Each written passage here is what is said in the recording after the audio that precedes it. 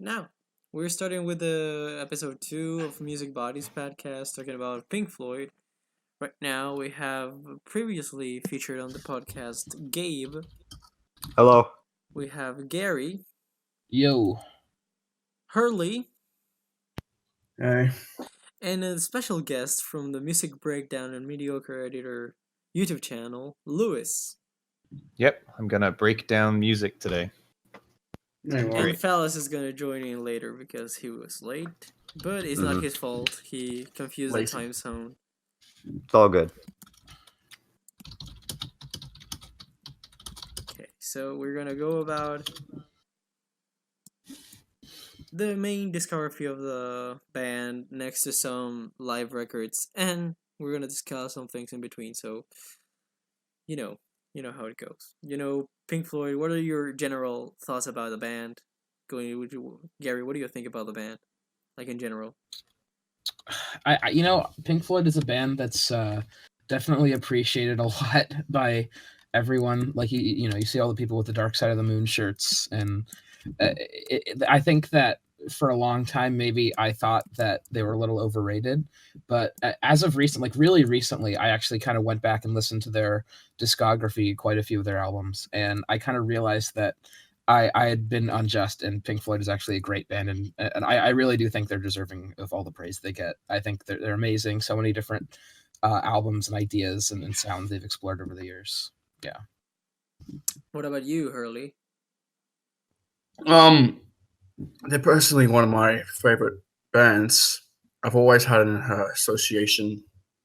Okay, maybe not association, but I've always had a love for the band ever since I was in grade 6, I believe. Grade 6. And yeah, that's all I have to say for now. What about you, Lewis? Oh yeah, well I mean, I probably, if I really think about it, I could reasonably say that Pink Floyd is my favorite band. There are maybe like 3 or 4 bands I could say that for. So I guess maybe they're tied. But yeah, I mean, obviously, I think Dark Side of the Moon was a very formative album for me when it came to getting into music, as it is for a lot of people. But I think it wasn't until a couple years later when I actually did go through their entire discography where I gained an even new appreciation. Because, I mean, to that point, I'd heard the big 4 albums, Dark Side and Wish You Were Here and Animals on the Wall. And of course, they're all great, but I think it was hearing how long it took, not how long it took the band, but just how many ideas the band had to explore and work with to get to their quintessential sound. I think kind of made me gain a new appreciation for just how revolutionary and incredible that actually was. And not to mention the amount that they contributed to album production and things like that, with just how incredible their albums sounded for their time. I mean, really not just for their time, for all time. They still sound incredible. And that, I think that those are the biggest things I appreciate them, outside of the fact that, they have so many great albums individually. Now you, Gabe, what do you think about Pink Floyd as a whole? Okay, so as a whole, Pink Floyd is one of my favorite bands of all time, one of those forever favorites of mine. And I would say that, with maybe the exception of 2 other bands, they are probably the most formative band when it comes to developing my interest in music, my exploration in music, those kinds of things. Pretty much their entire core discography, at least from the 1970s, has sort of followed me from, I want to say, the last 5 or so years to everywhere. I still look back on their music and look forward on it with an immense appreciation for what they do, for what they perform. I'm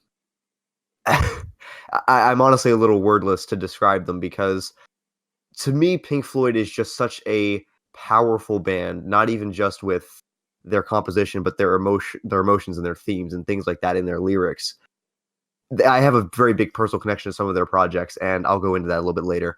But it's very easy for me to say that Pink Floyd is probably one of my top 5, I'd say, top 5 bands of all time, undoubtedly.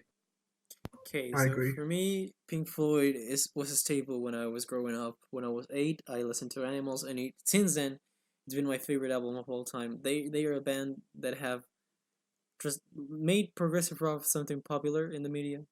But at the same time, they have expanded upon it. I don't know, production wise, as Lewis said, and more to me, creatively, they have been a staple through the entire genre as a whole of rock in general. Many metal bands that started as Pink Floyd fans, Metallica, Dream Theater, a lot of those, and I think they have revolutionized an entire genre and an entire era of music. They are pop culture now, so that's something that's hard to achieve, and any band would like to in any time given. So yeah, I mean, we're gonna go over their discography chronologically, starting with their first EP, as we're gonna mention briefly. Arnold Lane, Candy and Curtain Burn, and Interstellar Overdrive, and released in 1967. After that, they would release See Emily Play, which is a song that is actually, I don't know if any of you have listened to it.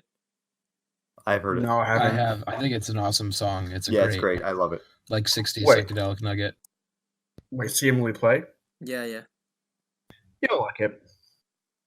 Yeah, well, after that, they would release their first record in 1967. Also, they released "The Piper at the Gates of Dawn." That's their first album. And what are your general consensus about it, you guys?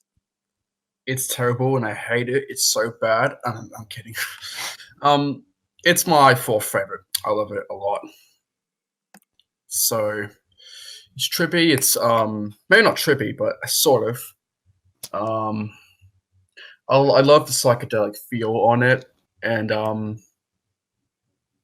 yeah, it just a lot of Drive is one of their best songs. To me, it's one of my favorite Pink Floyd projects. It has so many of their iconic songs, like Astronomy Mine and Interstellar Overdrive. Also, they have been sampled a lot in hip hop. That's something weird. I never expected that. Yes. Yeah. Death Grips. Yeah, I've noticed. Yeah. Like, and I'm pretty sure Interstellar. I'm pretty sure that's sampled on a Death Grip song. Am I correct on that? And When Did I Need It? Yeah. I take Pretty this sure. this one more as a Sid Barrett record than more of a Pink Floyd record in general.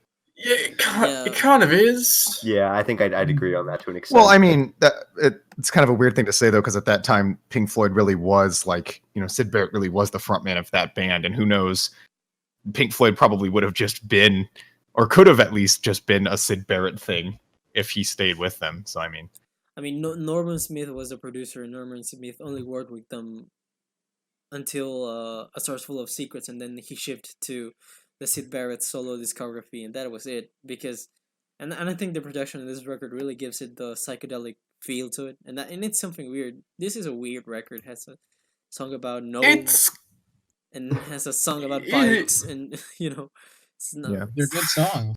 Yeah. I think when it comes to Piper at the Gates of Dawn, I actually listened to this album for the first time in years on Thursday. It's Saturday, we're filming this.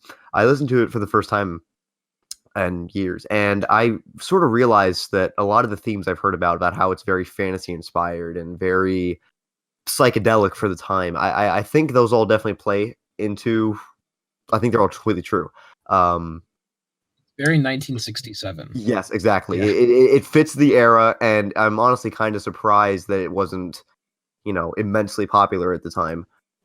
Actually, raised from this record, most people, like pages like Prog Archives or other music, websites, they catalog this record as space rock, like one of the beginnings of psychedelic rock, and I think that's the staple of all Pink Floyd's career. They have a progressive rock background, but they do get to the space rock category more to me. And, this is definitely a groundbreaking thing for them, and I would totally agree with that. Yeah, like the first song is definitely space rock. Like, Astronomy Mine is the one that steals the show next to yeah. Overdrive. Yeah. This. Sorry. I just wanted to. Yeah, I just wanted to say that I think what always stuck out to me as like characteristic of this album isn't even that it's psychedelic, because it is, but when I think of other psychedelic rock albums, I think of other stuff that fit that description more than this one does a lot of the time anyway. Like, to me, this always felt like it just felt like a very youthful and playful sound that Pink Floyd went away from pretty fast. I mean, you could say they maybe maintained elements of this up until Adam Heartmother, maybe, but like this really feels like it does have this kind of like childish storybook kind of quality, especially in the second half. Oh yeah. Yeah, I mean, it definitely fits into the '60s, but it's so there's a bigger sense of humor here, I think, than with songs like than later Gnome stuff. and Bike Yeah, and like Scarecrow. Scarecrow, Which I think definitely. is thanks to Sid Barrett. Yeah. The thing is that being the primary creative this, force this rather than album Roger is like the example of, because the leads here are Sid Barrett and Richard Wright, which, considering what happened in the history of Pink Floyd, the fact that Richard Wright had a lot of participation in this record shows what he was doing with the synthesizers and what he was trying to do with the band, taking it to a more psychedelic sound. And this album to me is joyful and playful. Not they don't try to take things seriously. Maybe in songs like Interstellar Overdrive, but if you look at pictures of the era, you see a youthful band that is just jumping around and making songs about bikes that you can ride if you very much like. So it's just so ridiculous, but it works so well to me, and I think it's one of the most I totally iconic see it. records. It has a unique sound to them. Maybe this was the sound of them is really similar to See Emily Play. Maybe the See Emily Play is the most characteristical song of this era. But I know I think this is a very creative record, a very unique one in that matter. But yeah. What I think is funny about this album is that I think it's definitely something that might put people who are fans, at least in some ways, people who are fans of the later Floyd stuff, like the '70s, the run of albums, Dark Side of the Moon and Wish You Were Here, and all those albums, because it is very different from them. And I think people who are fans of those records then come back to this might just think it's really kitsch and too quirky for them. But it really is a great record, and it shows like a different side of the band. Yeah. I would echo that completely. I agree with that. Yeah. Because after this, they would go on their songs would become more and more serious, quote unquote, talking about things about life and stuff. But this one, taking the fact that Sid Barrett and Richard Wright are the leads here, it has a more, as we said, playful sound. They don't take it seriously enough here, and I think that's what makes this record unique.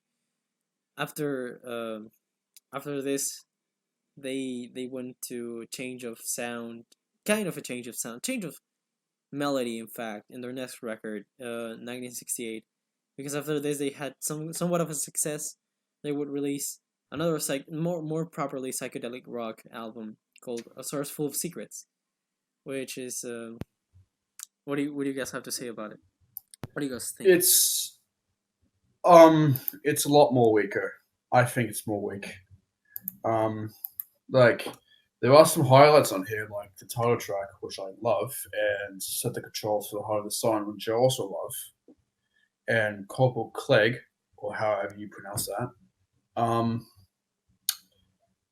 The production on it's a bit weak and all that, and yeah, that's all I have to say about it, really. I mean, I do think in comparison, it's less of a standout record. Like, I think Piper really stands on its own for a lot of reasons, but one of them being that it is in the Pink Floyd discography, and it sounds so dissimilar from what the band is famous for. I mean, Saucerful does too, but not quite as much. And certainly, it still retains a lot of elements of the last one. Like, it still definitely has a playful edge to it. It's got a sense of humor, for sure. Yes. But it doesn't feel like it's defined by that this time around. Like there is definitely more seriousness. To me, this record feels like Pink Floyd, Roger Waters, Richard Wright, and Nick Mason trying to make Sid Barrett sounding record without Sid Barrett. And that's because he was Yeah, I'm pretty sure he wasn't. he's only on one track in Jugman Yeah, he's Blues. on one. He's on one. Oh, yeah, he's on one song, but he plays instruments on other tracks. Yeah. Yeah. It's a lot more. It's a Yeah. lot more experimental and psychedelic, even without So Sid he Barrett. left because he had Yeah. differences with the band besides his drug addiction that was starting to show, and he released his solo career is amazing from Sid Barrett. Is more on the Piper side of the spectrum, but this album feels a lot different to what Pink Floyd was in the beginning. Like songs like "Set the Controls for the Heart of the Sun," like that's the standout track to me, and the title track, "A Source Full of Secret." But then you got songs like "Remember a Day" and "Corporal Collect," and "Seesaw," which try to work by themselves, but they don't truly achieve what they want to achieve. It's not a bad Mhm. record. It's mediocre. It's kind of it's not a bad record to me. It's great. Yeah, but not as complex, to put it in a way, Yeah. or as playful it's- as a Piper was. It feels like a false sense of fun. This is what this album feels to me. I mean, I'd have to disagree because I think this album's pretty damn solid. Like, I mean, It is. Yeah, Yeah, me I it's agree. good. To me, it's just a fucking. How much did I give it in review? A fucking 7. You gave out it of 10. 3.5. I have the page open. I don't even think it's like that much of a fall off from Piper. It's definitely worse, but it's different enough where it's worth going back to. I mean, some of these tracks hint at the sort of larger, more spacious sound that Pink Floyd ended up, I think, pioneering a lot more later in Yeah. their career. And I think even though it's an early, because it's an early example, it ends up manifesting in a different way. Like "Let There Be More Light" has a much more epic has a much more epic tone than earlier work from the band. And as an opening track, I think it's pretty damn impressive. If there's one thing that holds me back on a lot of tracks, is that I do think, and maybe it's just a result of them trying to get more psychedelic, but I think the mixing on this album can be a little bit weak compared to the last one, where I think things start to kind of get cluttered together in a way that isn't too appealing. That being said, though, I think the songs here, for the most part, are really, really good. Like the only one I'm not crazy about is "Seesaw." I think "Seesaw" is kind of weak, but even that one's I'm the same. fine. Yeah, Mediocre. this album can be cataloged as a downstep from Piper, but not so much. That was my point. That they were trying to achieve. They kind of made their own unique sound without Sid Barrett, but some of the songs here don't feel like they achieve what they're trying to achieve. That doesn't mean they're bad. I mean, I still love "Remember a Day" and "Corporal Clegg," but songs like "Seesaw," as you said, are kind of feel kind of off compared to what was delivered on the record. And I think "Set a Control for the Heart of the Sun" and "A Sword Full of Secrets" will receive their better performances in their live albums, or in the live album from Omagama, which yeah, but I don't know. Jugman Blues is the only song on the album that feels proper to me, like to what they were trying to achieve, because Sid Barrett was a part of it. And still, I wouldn't put that one as a standout track. But yeah, this what do you have to say about this, Gabe? For Sauce Full of Secrets, it was actually for a while before the revisits I took earlier this week. It was actually my favorite, like, early Floyd album, when Sid Barrett was still somewhat involved. I still think "Let There Be More Light" is probably one of their best tracks. Like, I'd say maybe top 15.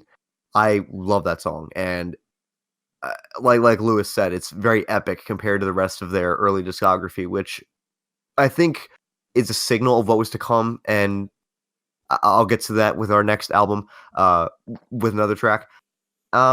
A Saucer Full of Secrets on the studio version of this. I'll explain why I mean by that in a bit. I feel like it meshes together in a really amateurish way. Like, you can tell that they're trying to be experimental with it and that it's got some structure, but it's like it feels way too off balance, I guess is the word to use here. Yeah, I'll explain more again because I don't want to spoil what I mean for later projects, but "Set the Controls for the Heart of the Sun" is, again, another great track. Great fantastic display of Roger Waters' talents early on with writing and taking on the vocal duties. For a while, he's actually been my favorite member of Pink Floyd. So, having him take the front, what is the word to use? I don't know. I've been at work for the past couple Take hours. the My brain's reins. fried. There you go. Yeah, take the reins is a good way to use it. That's the moments on that they really shine for me on the albums that they have. Jugbin Blues, I actually really did end up liking after my revisit. Maybe it was just because it's like the only real track with involvement from Syd Barrett, and it just kind of reminds me of Piper. Yeah, But yeah. I did think that was a very good standout. And speaking of Piper, it has the Piper feel to it. yeah, Because- exactly. Like yeah. it feels like an outtake from that album that they put on this album, kind of in a way. One thing I did want to say about Piper as well, since we moved on a little bit, I wanted to say that I believe part of why side 2 of that album feels so mythical and fantasy-like is because Syd Barrett was actually pretty inspired by, I don't know if this is real or not. I haven't researched this in a while, but I believe he was sort of influenced by this children's story or something, and that's where they got the title for the album, and it was this whole I've heard pseudo of it too. concept that they lined up on the second side of the album, or all throughout actually, just to an extent, and they did it more graciously on the second side. And I feel like they kind of thought that was, hey, that's a good idea, we can build on that a little bit, we can take some of the aspects from that, and I think that's where some of the tracks like Corporal Clegg and Seesaw and Remember Day, the songs on the album that are more playful, on Saucerful of Secrets, I feel like they kind of pull from that, but they're just not as engaging as the songs on Piper were. I do think that Corporal Clegg is a good song. It's fun. That's not to say these are bad songs. They're fun. They're enjoyable. They're just not, highbrow, representations of their early work, I'd say. Yeah. And that's really all I have to say. I'll let Gary offer some insight if he wants to now. Yeah. What are your thoughts on it, Gary? I haven't actually heard it. Oh, okay. Well, that's easy. Yeah. What about Oh, you, man. Hurley? What are your final thoughts on the record? Saucerful Secrets. Yeah. Yeah, I do think it's a great record, although it's an album I don't really return to most of the time, except for a few tracks, like I've said before. It definitely shows what the band could have done if they continued in this style, but they don't really. So, yeah. What about you, Lewis? Your final thoughts on the record? Final thoughts? It's odd. I don't know if this is true, but it's sounding like I might be the album's biggest fan here. Yeah. I don't know. It's hard to tell right now. I'm not crazy about this album either, but I do revisit it from time to time. I think of the band's psychedelic era, if that's what we want to call these two albums. It's definitely different enough from Piper that it also can be listened to on its own. And a track that keeps getting mentioned in a negative light is Corporal Clegg, which is a shame because that's actually my favorite song from this record. Oh, man. I think it's great. I love it. I love the kazoo. Silly as shit. Great. Wonderful. I would say Hurley said the album's great. I agree. The album's great. It's really, really good. But if we're comparing it to Piper, then of course it doesn't match up. Piper overshadows it like easily. For sure. Yeah. Yeah, I think this album is not regarded as one of the most important of their discography because Piper overshadows it. And I think it's a little bit unfair because it has some of her best performed tracks. Yeah, I love the title track a ton. It's a really crazy and off the wall song. But I mean, they would if you know the band, they have a shit ton of special editions and fucking side tracks and side recordings released almost every year. And if you listen to the recordings from around this era, like their live recordings, you can see that these songs were meant to play live alongside with their other tracks that are popular and that are popular because they were never released on the studio. And you know which tracks I'm talking about. Maybe Be Careful with That Axo Gene. I mean, Yes. Yeah. These songs were Love that song. Love were that track. meant to be played Live. live, basically. Mm-hmm. So after A Source Full of Secrets, they would change, um, again, going to make a soundtrack for the film More, or America it as fucking More. I don't know. Oh, here's where the hot takes begin, I baby. don't know. No. Here's where the hot takes begin. I think this album is mediocre as fuck. I mean, it has some good aspects to it. It has enjoyable songs like Ibiza Bar, but I don't know. For the most part, this feels like an album that shouldn't have been released. It's just I don't think it's something remarkable. I think it's something that you can skip from their discography. But I think it's decent myself, and I haven't seen the film, so maybe if I do watch the film, some of the tracks would make sense. Like, a Spanish piece just sucks, along with Quicksilver. That song sucks too. Although it does have highlights like Cymbeline, which is great, along with the Nile song, which is pretty fucking heavy for a Pink Floyd song. yeah, the Nile song is definitely one of the standout tracks. Although Ibiza Bar is basically just the same song. Can we all agree on that? Yeah. It's technically just the same. It's the same song, but Ibiza is like a more cleaner wild than the Nile song. It's just dirty and raw almost. Yeah. I think no, go ahead. Luis. yeah, here's my thoughts on this album, and I'm literally not going to say anything else. I'll just shut up for the rest of this album discussion. It's like the first side's cool. It's got some good Pink Floyd songs they wrote for the movie, like their songs, not just score pieces. It's got some good tracks. Cymbeline is really, really good. Green is the Colors, nice. A bunch of nice little songs, good stuff. And one of the more song-oriented Pink Floyd albums, I guess just sides, just by nature of it being a soundtrack. But then you have the second side, which is all the musical score, and the musical score stuff isn't good. There you go. Yeah, that ain't good. It would make more sense if I seen the movie, but I haven't. So, I mean, I don't think anyone in this podcast have seen the movie or has. I have not seen the movie. Yeah. No, I haven't seen any of the Barbara Schroeder movies that Pink Floyd scored. I haven't seen the one they did for they based Obscured by Clouds on either. I haven't seen that movie. I haven't. I don't know if Obscured by Clouds is. I can't find it anywhere, to be honest. Like a full. It's considered it's considered a soundtrack, but I don't think it's the soundtrack. I think it's like a sound. It's like inspired by the soundtrack for the movie they did. I don't know. I haven't seen the movie, so I don't know. But I've read into it a little bit, and they've got like a bootleg album for the soundtrack for that movie. If it's the same one, I don't know if it's the same. I don't think it is, but we can go into that later when we get there. Does anyone else want to talk about more before I start? Okay. No, I don't really care for it. I mean, I haven't heard this. Okay, so to me, it's one of the least interesting albums the band has to offer. Yep. To me, it's just mediocre. I don't think it's bad. I don't think it's good. I just think it's on the line. It has some good songs like the Nile song, and one instrumental piece that I like, which is Ibiza Bar. Cymbeline too, but then it's just, I don't know.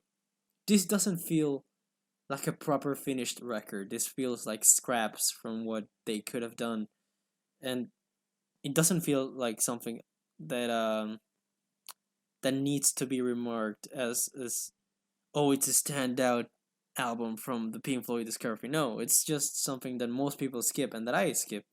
I generally just forget that this album exists.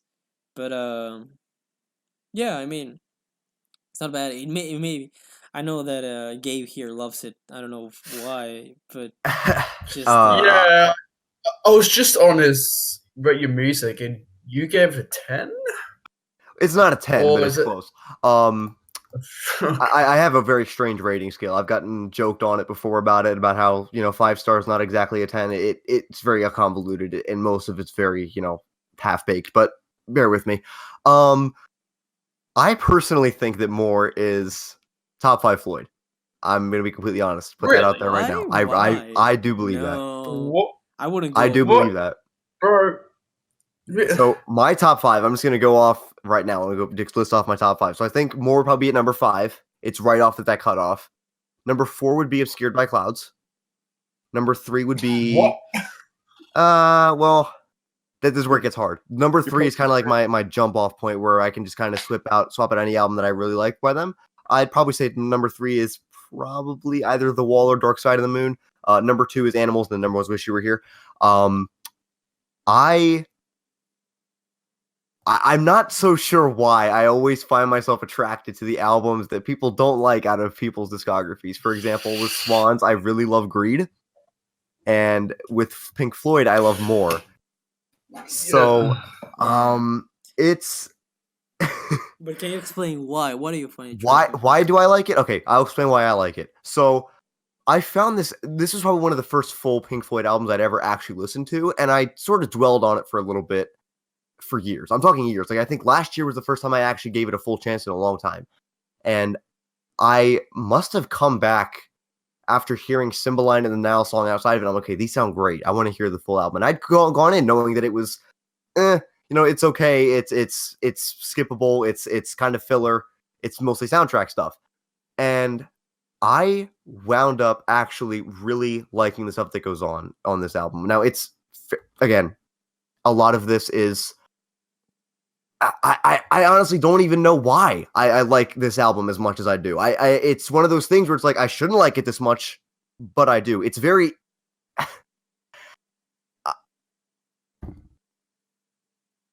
I mean, you said you didn't like Ibiza Bar and Quicksilver. I'm like, I thought those were among like the best on the album. I'm gonna be totally honest. Like, Okay. I'm really not trying to sound like It's all good. I'm working it up here. It's just that's kind of how I feel on it. Again, I haven't seen the man. film, so I'm sure that if I saw it, they might add a little bit more for me. It's just I think out of their composition work that they've done for films, this is probably their most, besides Obscured by Clouds. I find it really just interesting. You know, I find myself intrigued by very weird things, and I guess you can say that just the way that this has been sequenced as an album is very strange, and it features soundtrack parts from the pieces from the movie, not like dialogue pieces, but like pieces from the film that wouldn't really make sense, I guess, without seeing the film, and they don't really make sense. It's just as a musical component, I think they sound fine. I mean, I'm just judging it off the music, and I don't I don't really. I can't say that I disagree with the hate for it. I see the same thing with Swans' Greed, how people say it's very uneventful, it's boring, it's barren. I mean, to put it Whoa. in other words, I- you go full under WK on this record. You Huh? get wet with this record. So I don't know. you okay? So Gary, what do you think about it? What are your thoughts on it? More, I haven't actually heard, to be honest. What about you, Lewis? To put your final thoughts on it, a sentence would be fine. A sentence. First side's pretty good. There you go.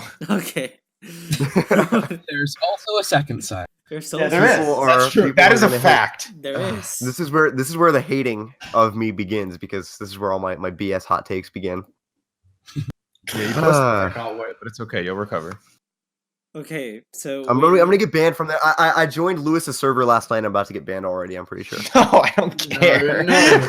It's No okay. one- Lewis has a person that just listens to pop No all the one's time gonna- and thinks it's better no- than fucking Swan. So, we have No our one- standards. No one's actually gonna give you shit for it. I mean, we Yeah. have a lot of I mean- people in that server. I that- mean, That's if good, you like because more, I'm I- just gonna be like, okay, bro. I don't get why. It's a little weird, but go for it, buddy. Have fun. Yeah, I mean, yeah. It's like You when- do when you, right? It's Yeah, like, it's the whole you do it's like you when thing. your friend comes and says, "Yeah, I like cock and ball torture." You're like, "Okay, bro." So, Yeah, you do you, not for me. You but do you you. do you. Listen, I've said that Why'd enough. you bring that in there? Because it's at the same level. I mean, if you enjoy something that doesn't bring any fun, so I think we've established the of the matter here, and the truth is that more is cock and ball torture, and Oh. that about sums that one up, I think. Right? Oh, come on. It's not that good. Oh my God. Oh, dude, now if we oh my god, Okay, if so Alex were here right now, he would just be going on and on about it. after that, Pink Floyd just changed this was an odd thing from their discography, but from 1969, they got another record of 1969, which is a double record, which is something extensive. Which is, I mean, if it was just the live side of this record, it would be a 10. The live side If it is was so just the good. live side, if Omagama was just the live side, it'd probably be a 5. Like, Yeah, come on, I 10 out of 10. The live side This, is this fantastic. has probably one of their best. The performance of "Careful with That Action Gene" on this Is the album best is performance. phenomenal. It's amazing. It's not the best of. It's not the best of that track. Okay. If you say Live, Live in Pompeii has the best careful, I'm gonna kill you because you're gonna these- kill me then. 'Cause these- we'll get these there when we guys- get there. But we'll get there. I think that Omagama explores the studio tracks of the 60s period of Pink Floyd. So besides "Careful with That Action Gene," which I think didn't even have an appearance on a studio album at this point. Astronomy Domain. Domain. How do you say that again? I never learned how to say that Astronomy correctly. Domain. Okay. Set the Controls for the Heart of the Sun and Social Secrets. They are all improved here. I fully believe that. That's not to knock their studio versions. I do like the studio versions just fine. But Set the Controls for the Heart of the Sun has always sounded better live to me, and I'll get there when we get to Live at Pompeii. So let me introduce this out. Okay, so Okay, we went on too far. but basically they came out with Omagama 1969. They have the live album, which is recorded at the Mothers in June of 1969. Yes, Which June has- 1969. Yeah, June. Yeah. 4 records, Yes. 4 songs performed, which are Astronomy Domain, Careful with That Action Gene, Set the Controls for the Heart of the Sun, and A Source Full of Secrets. And this is where my point on A Source Full of Secrets came. The title track and Set the Controls for the Heart of the Sun are in their best here. Like this shows that the songs on the record were meant to be performed I live. agree. And I Careful with That Action Gene is hands off one of my top 5 favorite Pink Floyd songs, and this version especially, Astronomy It's Domain. pretty wouldn't say phenomenal, that. yeah. I wouldn't say that, but I still love it. These 4 songs are phenomenal to me. If this was just a live side, I would adore them. I would adore this record. But then we go to the studio album, which Okay. each member Okay. Let me- each member let of the me- band. Okay, so let me continue. Each member of the band has a spotlight here. Roger Waters has 2 sides. I don't know why. Richard Wright has Sisyphus, which I guess it has. I guess it's kind of okay. You know, Yeah, it's I'd divided in agree. 4 parts, and part 2 and part 4 are where he shows somewhat of a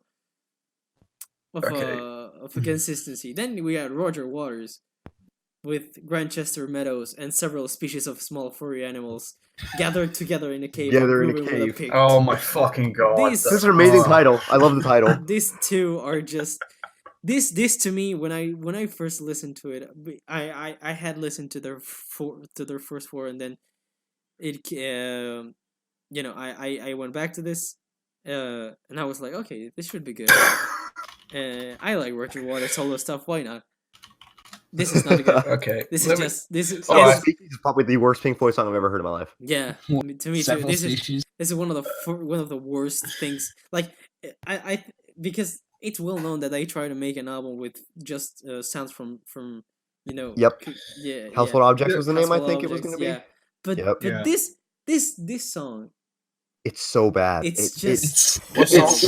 it's ear grating. I don't like it. It's so it's Then- unnatural. I don't like okay, it. so this was the introduction of What? one of their key members, David Gilmour. And then Our Way, I think, is the best performed side of this four solo solo I think I'd agree spotlights. on that. Yeah, Yeah, I the think narrow, I'm the good, narrow I way has because there are tribals that have this performed live, and this is actually a nice when you listen to it live, it's a nice track. It has some nice moments to it, but it feels just okay in the studio performances. And Nick Mason is just there. He's just there. He just Yeah, exists.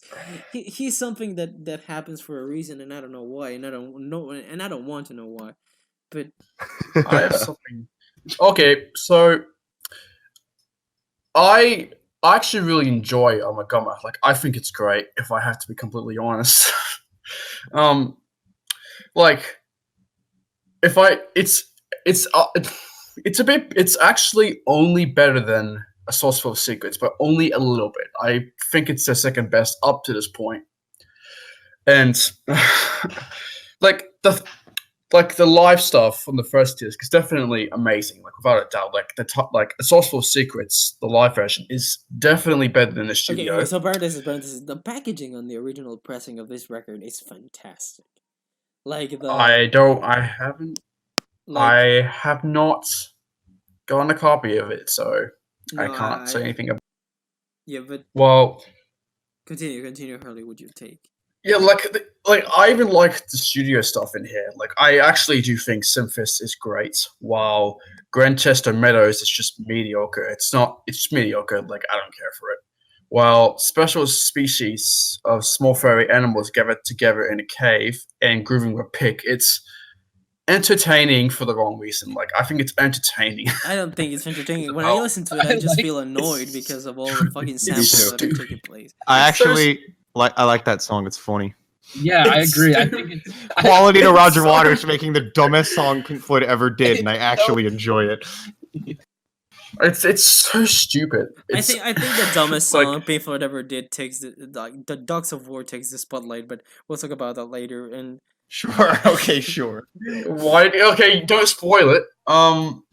Another way is great. Like it's the best song off of here, and the Grand Vice Garden Party is fucking bad. It's just- really I mean, uninteresting. to me, it's just there. I mean, It's so what do God, you like, what are your takes on it, Gabe? What do you think about it? Okay, so for Omagama, I already kind of ranted over the live stuff because I blew him a little too early. But live side or live disc is fantastic. Like probably one of their best live performances ever. yes. The studio album is really average at best and not good I at would have worst. saved that. I kind of agree with Cringe on most of this. Grantchester Meadows is much better live. There's actually a version that was included in the early years box set, I think. They made a video for it on the Pink Floyd YouTube channel. That was actually a very good version. I like that a lot. But the studio version goes on way too long, feels so uninteresting, and literally almost put me to sleep last night. That was not fun. Really? I wouldn't say it's boring. Like I enjoy. If it was only The about studio- 4 minutes long, I would probably think it was a great song, but those extra 3 minutes just feel like an eternity to me. Okay. I don't know how to pronounce Richard Wright's piece, Sisyphus. I guess we'll just go with that. Yeah, That's not- Sisyphus. Yeah, Okay, Sisyphus. That's not terrible. It's just it's kind of great. average. I'm not really a fan of that, like as much as I would think. I thought when I was going in. Several Species already offered my my commentary on that. Not a fan whatsoever. Irritating, Not me. annoying. Don't like it. The Narrow Way is Normie. again. I totally would think that that's probably the best piece on the studio side, on the studio album. And then Nick Mason was probably the worst part of this, besides Several Species, the Grand Veterans It's- Garden Party. I was not a fan of that at all, whatsoever. I mean, does Nick Mason do anything good on its own? I don't know if he ever did. No, Like, anything. like he he just he draws. like- I mean, that's what he does. What well, about you? he through loops. He plays them through loops. What are your takes on it, Lewis? What do you think, Mr. Music Breakdown? I haven't listened. I haven't listened to Amagama in like forever. So I mean, yeah, from what I remember, the live album is awesome. I mean, I know the Careful with That Action Gene is sick as fuck. As for the studio side, it's like Sisyphus.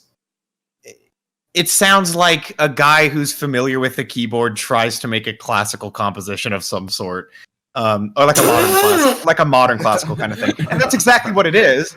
Like Richard Wright knew how to play the keyboard. I don't think he was a composer by any means. Just kind of was like, all right, here we go, and it's like that kind of sucked. As for Waters, I always thought Grantchester Meadows like sounded like a fine acoustic little song if it was a lot shorter, but they play a bird loop in it that always hurt my ears and that annoyed me. And it's 7 minutes long of hearing the same bird loop. It gets kind of irritating. Like I said, I think Several Species is actually one of the highlights on this disc because I think it's really silly and stupid, and I think it's entertaining. To hear Roger Waters make a bunch of really dumb sounds with his mouth going ear to ear is way funnier than I would ever think. And he knew it was funny. It was obviously like a joke track, so I'm cool with it. but I know that's a little bit unpopular. Narrow Way is actually pretty damn good, if I remember right. That's a track I have not heard in ages, but it's pretty damn good. It's the best executed record on the studio side. Yeah, I mean it's definitely like a full-fledged song. Even though he put it in 3 parts, it feels like a pretty good track. I mean, David Gilmour would be the key part of most of their like upgoing records. He would be the one that would give the most iconic solos on their studio. Yeah. But yeah, I mean, Instrumentally, definitely, yeah. Yeah. But when a he quick took comment on the lead- final piece. Oh, I'm sorry, what? No, go ahead, tell it. Yeah, okay. Quick comment on the final piece. I mean, it's seriously just complete trite garbage. Like, I don't know what. This is similar to Richard Wright's thing, but it's like in this case, it's Nick Mason. I mean, Nick Mason's like, you know, he's a drummer. He's like, how can I make an avant-garde piece with what I know? No. It's like, okay, I'll hit some I'll hit my drums a little bit and then fuck with them. And it's like, it's seriously like, it's just the weakest fucking thing. It's just like. And it's in 3 parts. The first and third part are just like a little bit of flute to set the scene. I don't know what. And the third is 40 seconds. Like, that's Yeah, so unnecessary. Just give us the main piece. But I don't know what for, right? Like, if he was trying to introduce it as like an actual garden party for like some kind of medieval, that's what it sounds like a garden party for some kind of king or something. But then the actual piece, how is this a garden party? If you're trying to represent a garden party, it's like, what even is this? Okay, so I had drum practice once on my university. Like, they give me the position to practice the drums, and when I did, I was just remember because I always listen to the live side of, because there's a video on YouTube called Roger Waters making strange sounds, and it's just performances of Careful with That Axe Eugene. His screams, he just goes ape shit about I think it. I've seen that. And I listened to the Grand Vivier's, I don't know how the fuck to pronounce it, but the part 2 is called Vizier, Entertainment, I think. and I was trying to replicate that shit, and it's basically just Nick Mason going ape shit about, oh my god, I'm gonna go put some triplets in here because they sound like normal, and I'm gonna put some no, it's I think he took acid. He was looking at Mozart compositions. He said, how can I change this to sound like Pink Floyd? I don't think anyone regards Nick Mason as one of the key parts of Pink Floyd. He's a good drummer, but I don't know. I don't have anything else to say. He's there. I mean, I can say good things about Richard Wright. His compositions on The Wall, especially some The Dark Side, are great. But Roger Waters and David Gilmour have their spotlights too. But can anyone tell me, just even if it's spoiling, any great things about Nick Mason? Go ahead. Just Well, I think Nick Mason's drumming is the perfect fit for Pink Floyd. yeah, I mean, Yeah, he's a great drummer. mostly his drums, yeah. Yeah, and I mean, he did. go. I mean, he did vocals once or twice. He did the vocals on Corporal Clegg. So, oh I mean, yeah, he did. he did something at least. He- um, But when you give Yeah. him like full creative control, he Fantano gives his red shirt, and he goes like, this is not good. And I don't know what the fuck did I say, but Gary, what are your thoughts on Omagamo? Well, I'm repeating what's been said already, but the live portion is fucking. It's like some of the best psychedelic rock I've heard. All the tracks are really long too. It goes on a while. It's something that you just put on, and it's totally great. I mean, we were just talking about Nick Mason. The drumming on Pink Floyd's live stuff is just, when you hear it up front, it's really incredible stuff. Mhm. In addition to obviously the guitars and keyboards and all the other instrumentation. The studio part. I honestly, I've only listened to the studio portion of this once, and I don't remember anything other than the several species of small furry animals song, which I actually, I mean, it's stupid, but I actually kind of like it just because it's so stupid. I mean, I'm the guy who gave Birdemic Shock and Terror 10 stars on ROAM because it's so bad it's good. You mean 5 stars? 5 stars, yeah.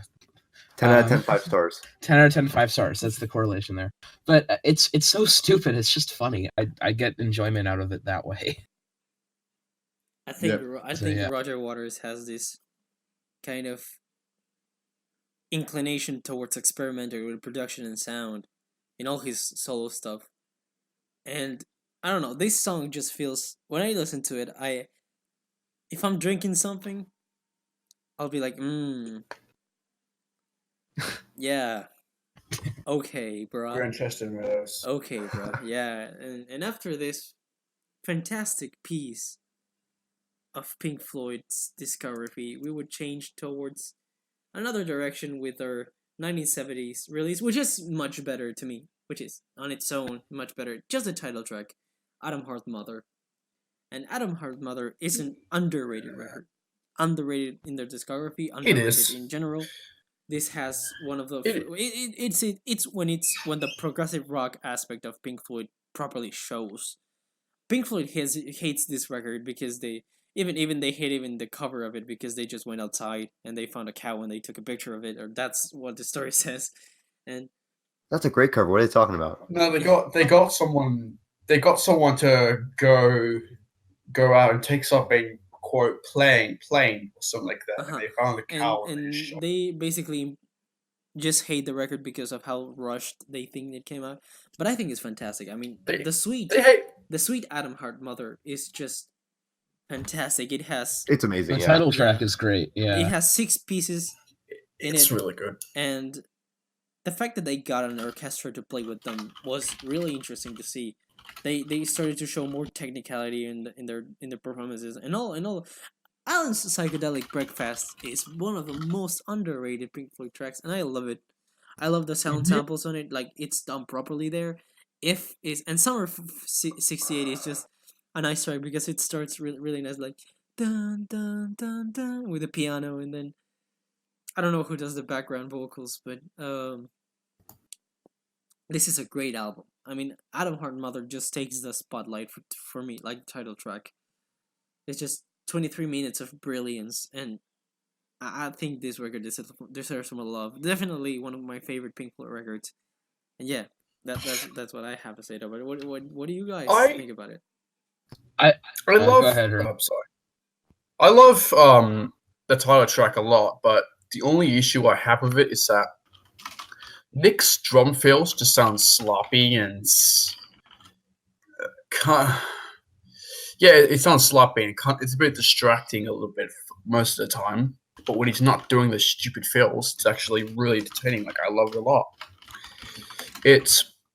Although my personal favorite song is either Fat Old Son or Alan's Psychedelic Breakfast, which two of these tracks are just brilliant. Like they're amazing. I love them. And yeah, I really like this album. I do agree it's underrated and it's underappreciated in some circumstances. Yeah. What do you think about it, Gabe? Okay, so Atom Heart Mother is, again, I think it's underrated as well. It was one of my first experiences with Pink Floyd. For some reason, the album cover with a cow really just drew me in. And while I do think that it's an underrated album, I personally do not agree with the consensus that Alan's Psychedelic Breakfast is as amazing as everyone says it is. Yeah. I just think it's a little unnecessary, to be totally honest. I mean, it feels like Okay. it's there. That track has always made me feel like, okay, it's there because they wanted to make a statement. Look how quirky we are for including a guy eating breakfast on our album. And No. I mean, the music around it is fine. It's just I'm not really here to listen to a guy eat breakfast. No, Sorry. but it's not I- that. It's like the story. Wait, what did? The song comes off to me as just too kitsch. It's just Yeah, it really kind of put me off the first time I listened to the album, honestly. I'm sorry. Can I just ask? Do you think the song is just sounds of somebody eating breakfast? No, I've listened to No, it no. for a Okay. very long time. Okay.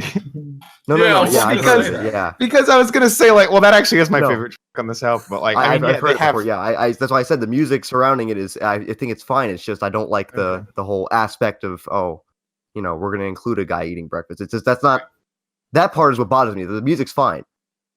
I'm not saying it's a terrible thing. I'm just saying it doesn't really appeal to me. Nah, I still think Atom Heart Mother's a great album. I have to disagree. I think same as Lewis.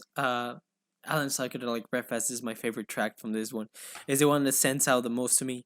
Is the one that experiments on the most side. Like it puts the entire aspects of the instrumentation, the creativity, and the sound sampling on just one, and the production in it is really good, like the transitions between the instrumentation and the background.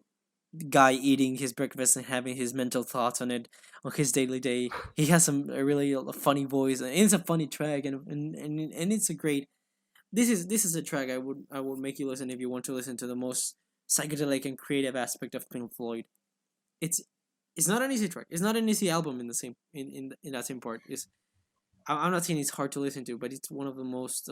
It's an album that can put you off in so many aspects because they tried. Yeah, it can. Yeah, because they tried to make it really just a clusterfuck of everything, a little bit of everything put here. But yeah, I mean, I just like the record. I think it's great. What are your thoughts about it, Luis?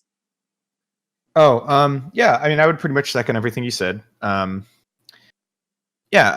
I mean, one of the cool little things about this album that we didn't talk about the other 3 tracks, but I think they're all pretty nice too. It sounds like they were trying to be the Beatles a little bit on those 3 tracks. Yeah, on you Summer can definitely hear a lot of Beatles. especially. Yeah, on the Summer. I would say Fat Old Son most of all. Like that Yeah, just I'd agree with straight that, up yeah. sounds like a Beatles song. That's my. But yeah, that's my all 3 of them is like, yeah, it's.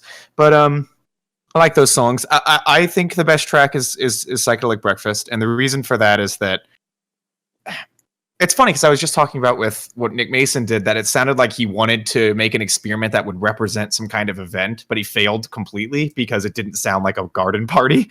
Whereas this time they're trying to represent the experience of eating breakfast, like waking up and then eating breakfast.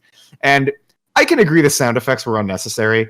I definitely wish they didn't have the sounds of somebody eating breakfast. The bacon sizzling is nice, but the eating breakfast is like, okay, that's kind of gross. I didn't want to hear that. But aside from that, bugs me. That's the part yeah, that bugs me about it bugs me. It bugs me too. I won't lie. But I think like musically, the way they represented a morning, it's beautiful. Like they did such a great job all around. Adam Hartmother, the title track, of course, is awesome. The orchestrations on that are great. Yeah, I mean, it's a really nice record. It's always felt a little bit in the shadows for me because I don't know. I don't see how this album stands out in comparison to their other stuff. And not to say that it sounds like it actually is pretty unique in their catalog, but I just feel like for whatever reason, there's nothing here that like really draws me in and is like, this is a real powerful statement Pink Floyd made. Knowing that the band hated it, I can honestly kind of see why, because the album does in some ways feel kind of slapdash. And it's not that the songs are bad. It's not that the music's bad or anything like that. It's just like, it doesn't quite sound like what they would be doing just an album later, where their albums really felt like something they really put together from ground to, from the ground and up to the top. This one doesn't feel like that as much, but it's still a really enjoyable album. It's really good. Yeah. What are your thoughts about it, Gary? Yeah, I don't know. This one kind of put me off a little. It's definitely not my favorite of the Floyds. It's just Psychedelic Breakfast. Even the musical bits, just the whole idea of putting that song together, it wasn't something that I really connected to at all or thought was that great. And the album overall is nice, up until that point, and I do think the title track is pretty awesome, but it just overall didn't do anything for me compared to other Floyd albums. Yeah. I mean, when I first listened to this, I was trying to learn a little bit of music theory, and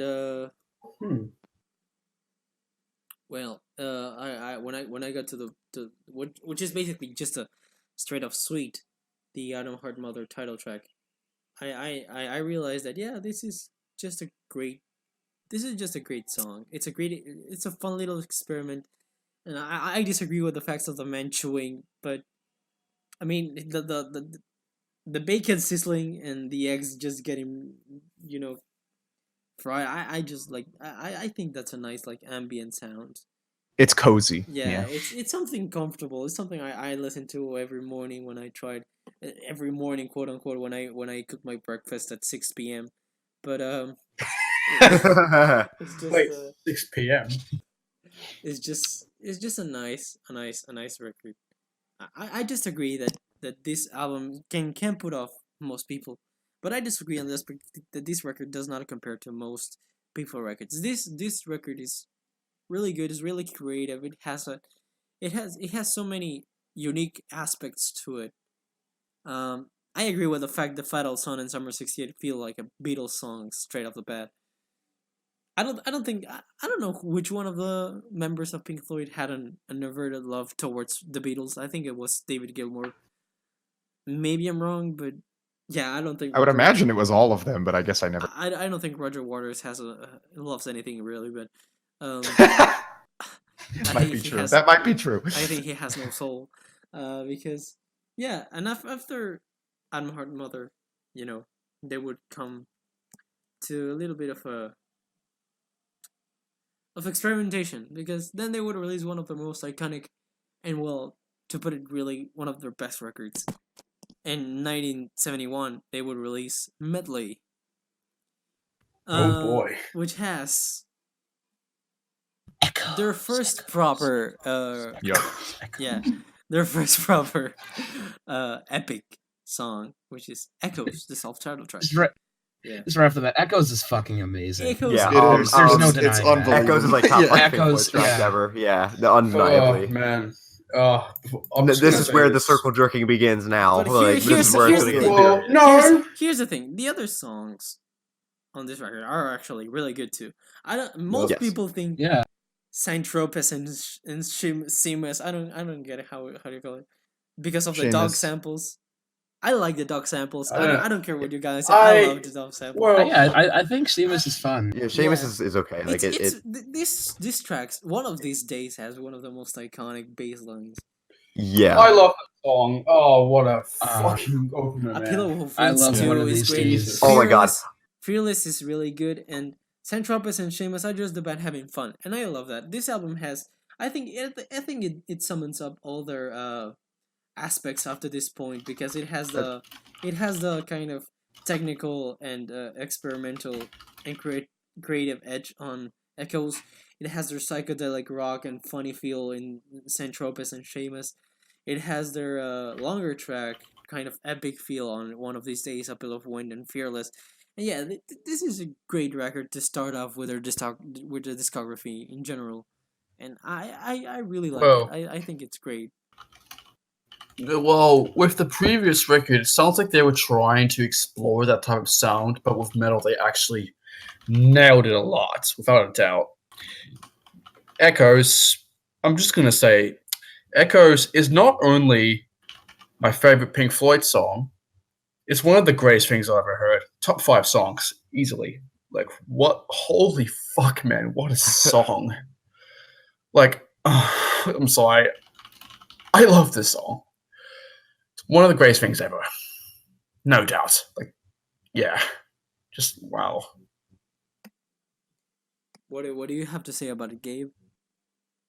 So I believe that metal is, I mean, with a band that's got a ton of masterpieces, you know, where does one like this fall into it? And I fully believe that metal might actually be a 10 out of 10 album for me. It was about as formative as the rest of their 70s discography from this point onward for me.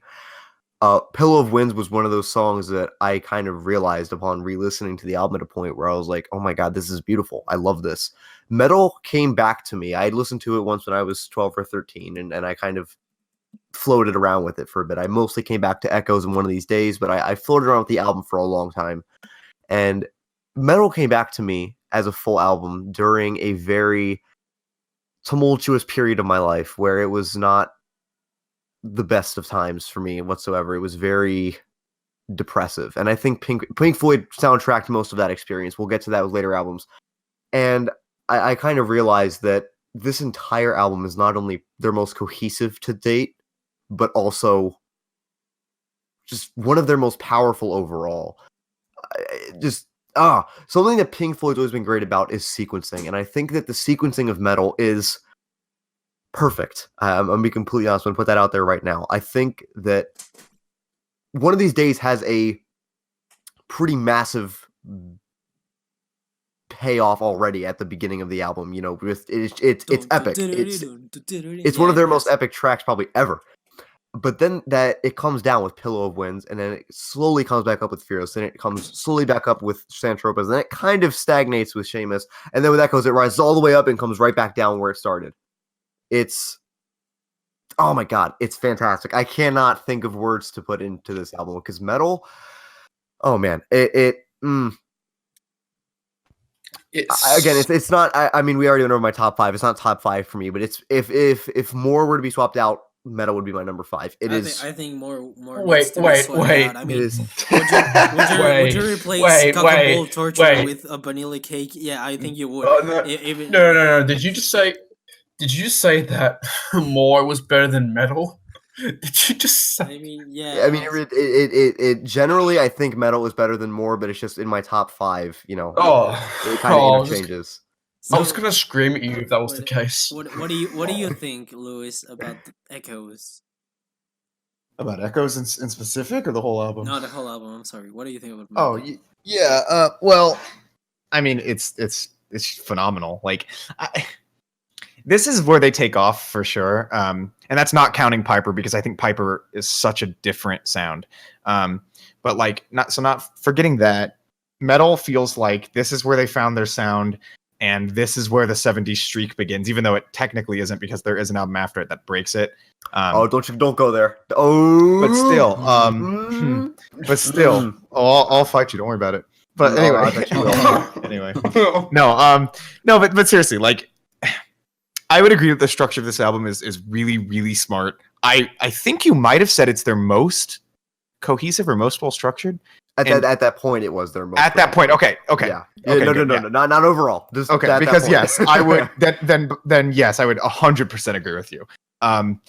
The pacing on this thing is great, and that's another thing that I think puts it in line with the 70s streak as well, is that it does have that full holistic feel as an album that things like Dark Side do as well. Maybe not quite as much, but still, like, very well done. And yeah, I mean, you know, you mentioned most people aren't as big on San Tropez or Seamus, and I'm not either, but they do serve a purpose on the album.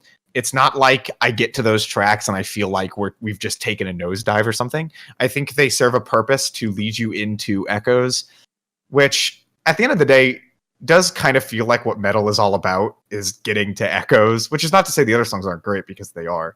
But like, Echoes is just such a monstrous and incredible track. It's just such a monumental song, not only for Pink Floyd, but I mean, as Hurley said, like, just ever.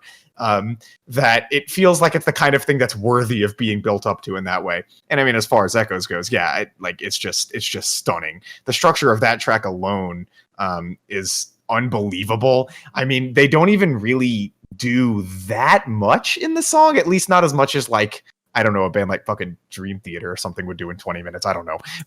But like, I mean, if we go there, I mean, Dream Theater it has so many little 20-minute tracks that are actually just consistent and good. But go on with your take. I mean, sure, but all I'm trying to say is that I think it's very Pink Floyd in the sense that I think it's very subdued, and each section of the track is sort of just a jam once you get past the actual verse and chorus structure. But like, the way that they built this together and the way they have the song build itself up and then kind of fall down into that ambient section and then build itself back up again is just breathtaking. Like, when it comes to the ending of that song, it's just like, you're just, oh my god. oh, that's nice. The ending of Echoes is beautiful. Yeah. Oh my god, yeah. Oh man, the guitar solo. I mean, people don't. I mean, the only criticisms I have, like I heard people have from this record, are Santropes and Seamus, and I don't know why. I mean, I love the sample. Those are fun songs. Those are Yeah. fun That would be songs. my, if I had a criticism, though, I will say that would be my criticism, because I don't think those songs match up in any way to the rest of the stuff on the album. So what do you think on it, Hurley? What are your final thoughts on it? I love it. Although, I think one of these days is possibly their best opener. It's amazing without a doubt. I wouldn't agree. And with that. I just love it so much. Yeah, like the stuff afterwards, like Pillow Winds and Fearless, they're all still fantastic. Like, I love Fearless. Like, the guitar chords is just really, really great. And Send Tropes, that's good. Like, that's all. Sumus is, it's there. I mean, it's there for a purpose. While Echoes is, I've already said it's trash. It's terrible. But yeah, that's all I have to say. I'm kidding. Echoes is amazing. What are your thoughts about it, Mr. Gary? So, second ever episode of the podcast. Second time I'm gonna make reference to a Sonic Youth album. So one of Sonic Youth's best albums is called Washing Machine. Oh, I know where he's going with And this one. Washing Machine, like, Well, I think I know. before the last side of the album, it's a double album, but before the last side, it has some good stuff. It has some super underrated tracks by the band, in fact, like Unwind and Little Trouble Girl. But we all know that everyone comes to the album for the last side, which is a 20-minute track called The Diamond Diamond Sea, C. Oh, which yeah. is- which is Sonic Youth's best song. I mean, I'll just safely say that. Well, It is.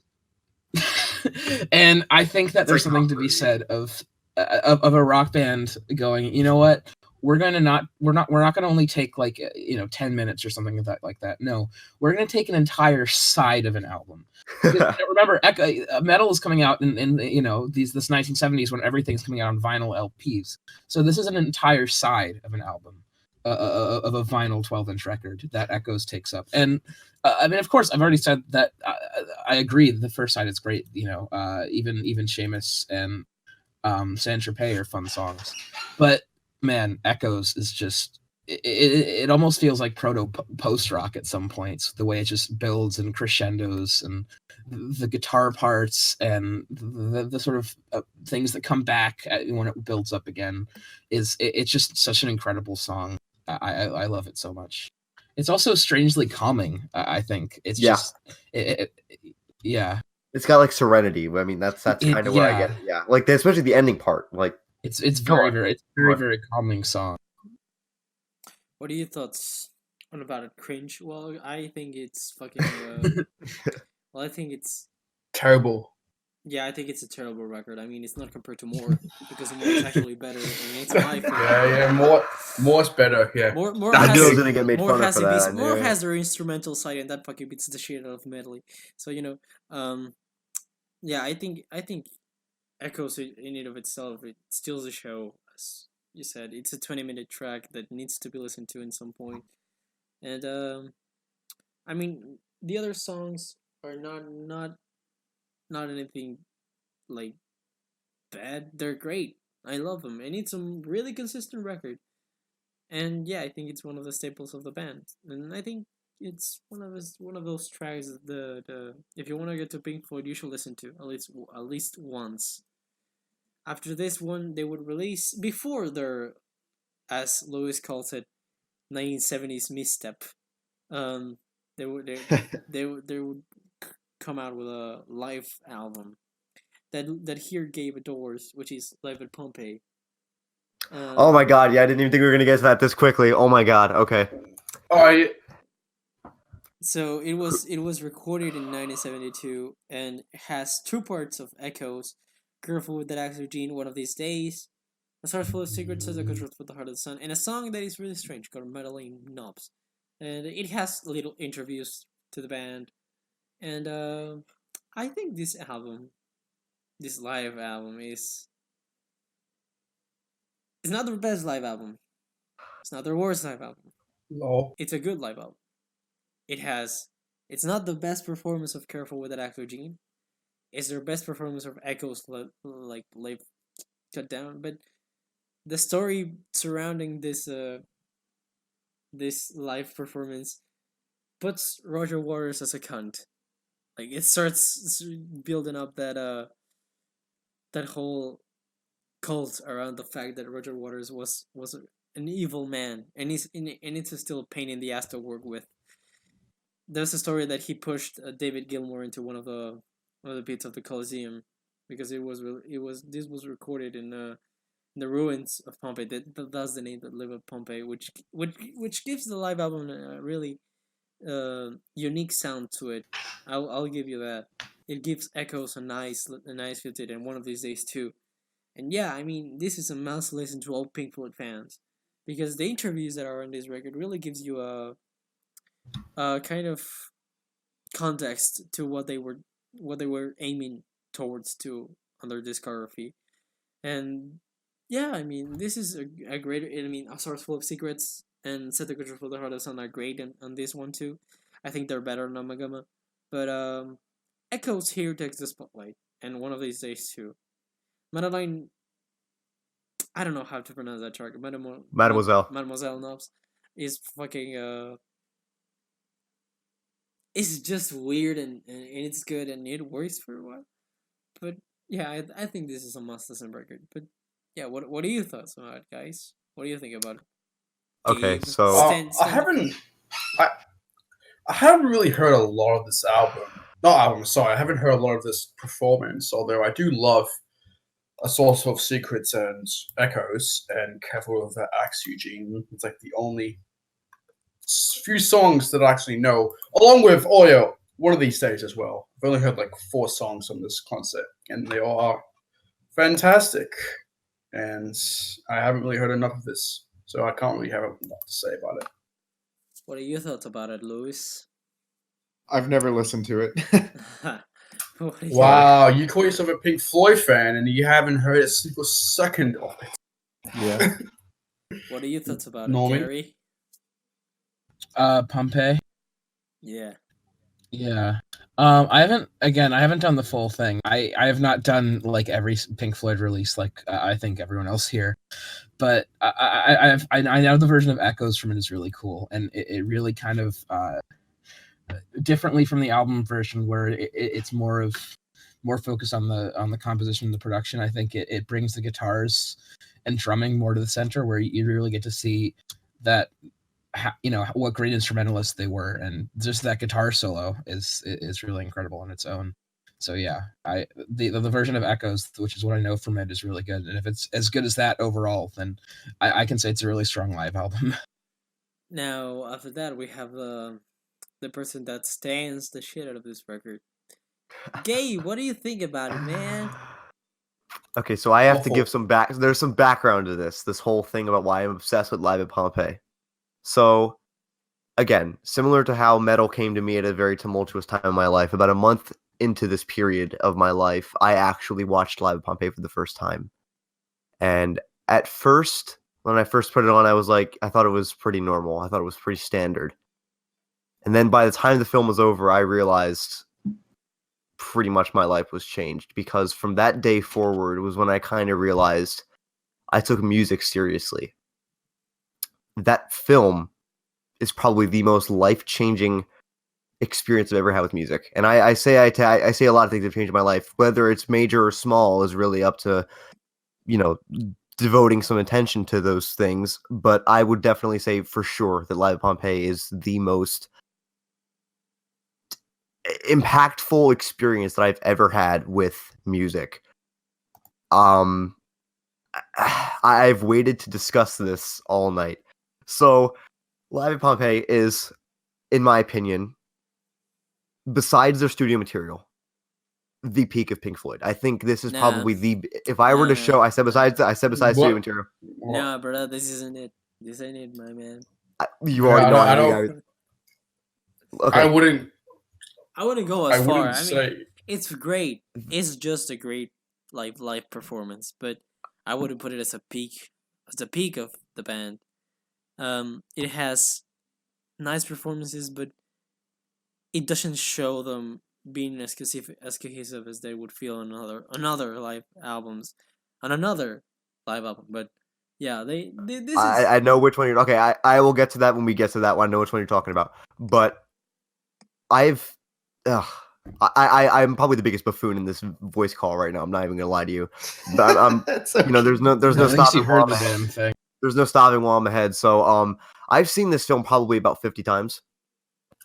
50, okay. Mostly seen the director's cut with the extra interviews and all that, and I think they add a nice touch. They're very they offer a bit of an insight into what the band was. Well, not a very grand one, but a bit of an insight into what the band was like in this period. Then this is the period between Dark Side of the Moon and Metal and Obscured by Clouds, which we'll get to. It's in that in between period, so they're not.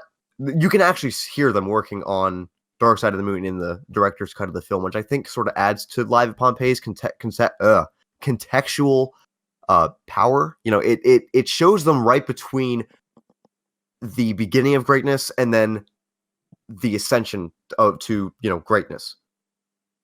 Yeah, And I the mean, performance I get of your point. I know I'm not a very convincing persuader. I get that. I'm very sorry. No, good. Everyone says that. I mean, well, Cringe at least. I shouldn't say everyone. Cringe said that this is not the best performance of Careful with That Axe, Eugene. I personally think it is. Fair enough. Again, the version on Omagama is fantastic, but this was actually my first time ever listening to Careful with That Axe, Eugene, and that performance scared the lights out of me when I first saw it because I was not expecting Roger Waters to start screaming into a mic while footage of volcanoes erupting overtook the screen. Inhale screaming. It's very.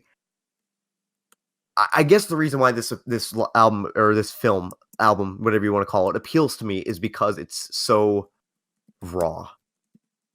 There's no real room for. And first of all, we had for, introduced Mr. Fellas here, who just arrived to the Hello. podcast. Welcome. Oh, you're alive. How are you, I thought you man? died. I fucking hate time zones. You said EST. I did not know what fucking time zone I am at, so I Google EST, enter in Eastern Google. Standard In Google. Time. I click on the first fucking link I see. And it appears EST time now, the same time that I have right now. A But ver, guess pendejo, what? I te didn't vas read the calmando, te vas Oh. calmando, estamos aquí. Ya. caution. This is not the current local times in most locations in that time zone. Well, fucking bullshit. Well, welcome. Tranquilo, hermano. Be careful, man. Leave. We're leave just in live at spotted. Pompeii. It's been an hour. This is gonna be longer. It's been. This is an gonna hour- be way longer. an We gotta hour like and- hurry this up. It's I'm even- gonna it's an- like it's seal an my hour- rant right now. It's an hour and a half, and I'm it's- gonna have to leave after the wall. Okay, I'm gonna seal up my rant right now. Basically, Alright. I understand people don't like live. Well, Don't See Live at Pompeii is a very masterful part of their discography. Personally, I think it's one of their best achievements ever. I will continue to stand this video, this album, this film for probably as long as I live. And for a long time, this was actually my favorite album of all time. Like, I want to say, before I finally decided that I had a true favorite album of all time, this stood for the longest time. I want to say probably about, for me, this was amazing, 7 months as my favorite. And then I listened to an album that I'm currently trying to get Gary to listen to, but he won't do it.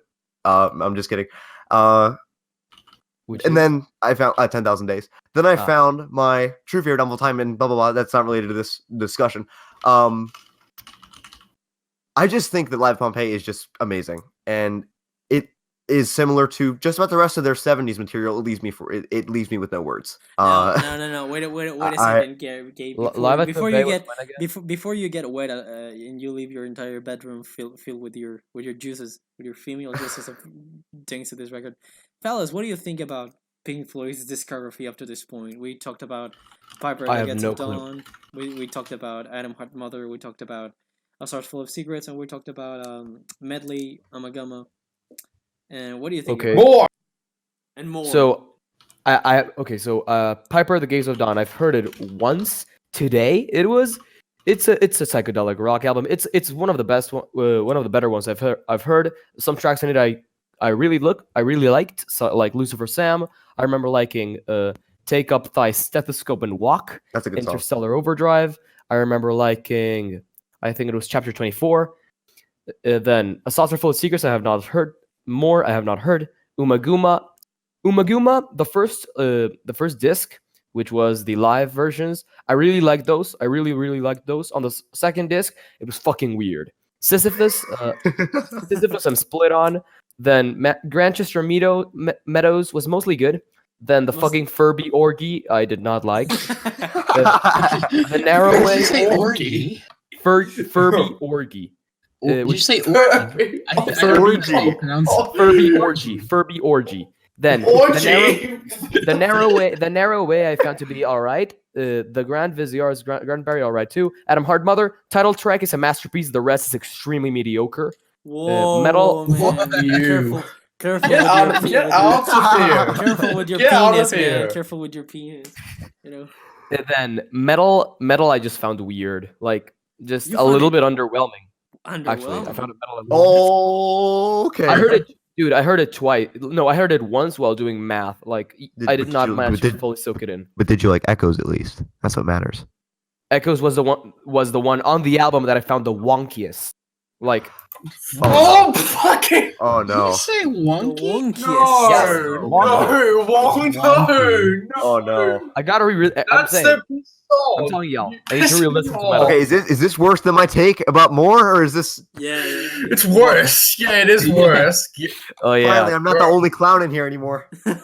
You don't have. Oh, yeah, I'm a massive You're fucking the only clown you're here, the so- only clown in here. I mean, Okay, so- out of here. I mean, Have come on, we- Gabe, come on. You cannot People, deny your have we places. covered Obscured by Clouds No, yet? We're not about to yet. get to that right now. We're about to cover it. Okay, that's good. I made my best effort to just push the podcast at this point because I was waiting for your take.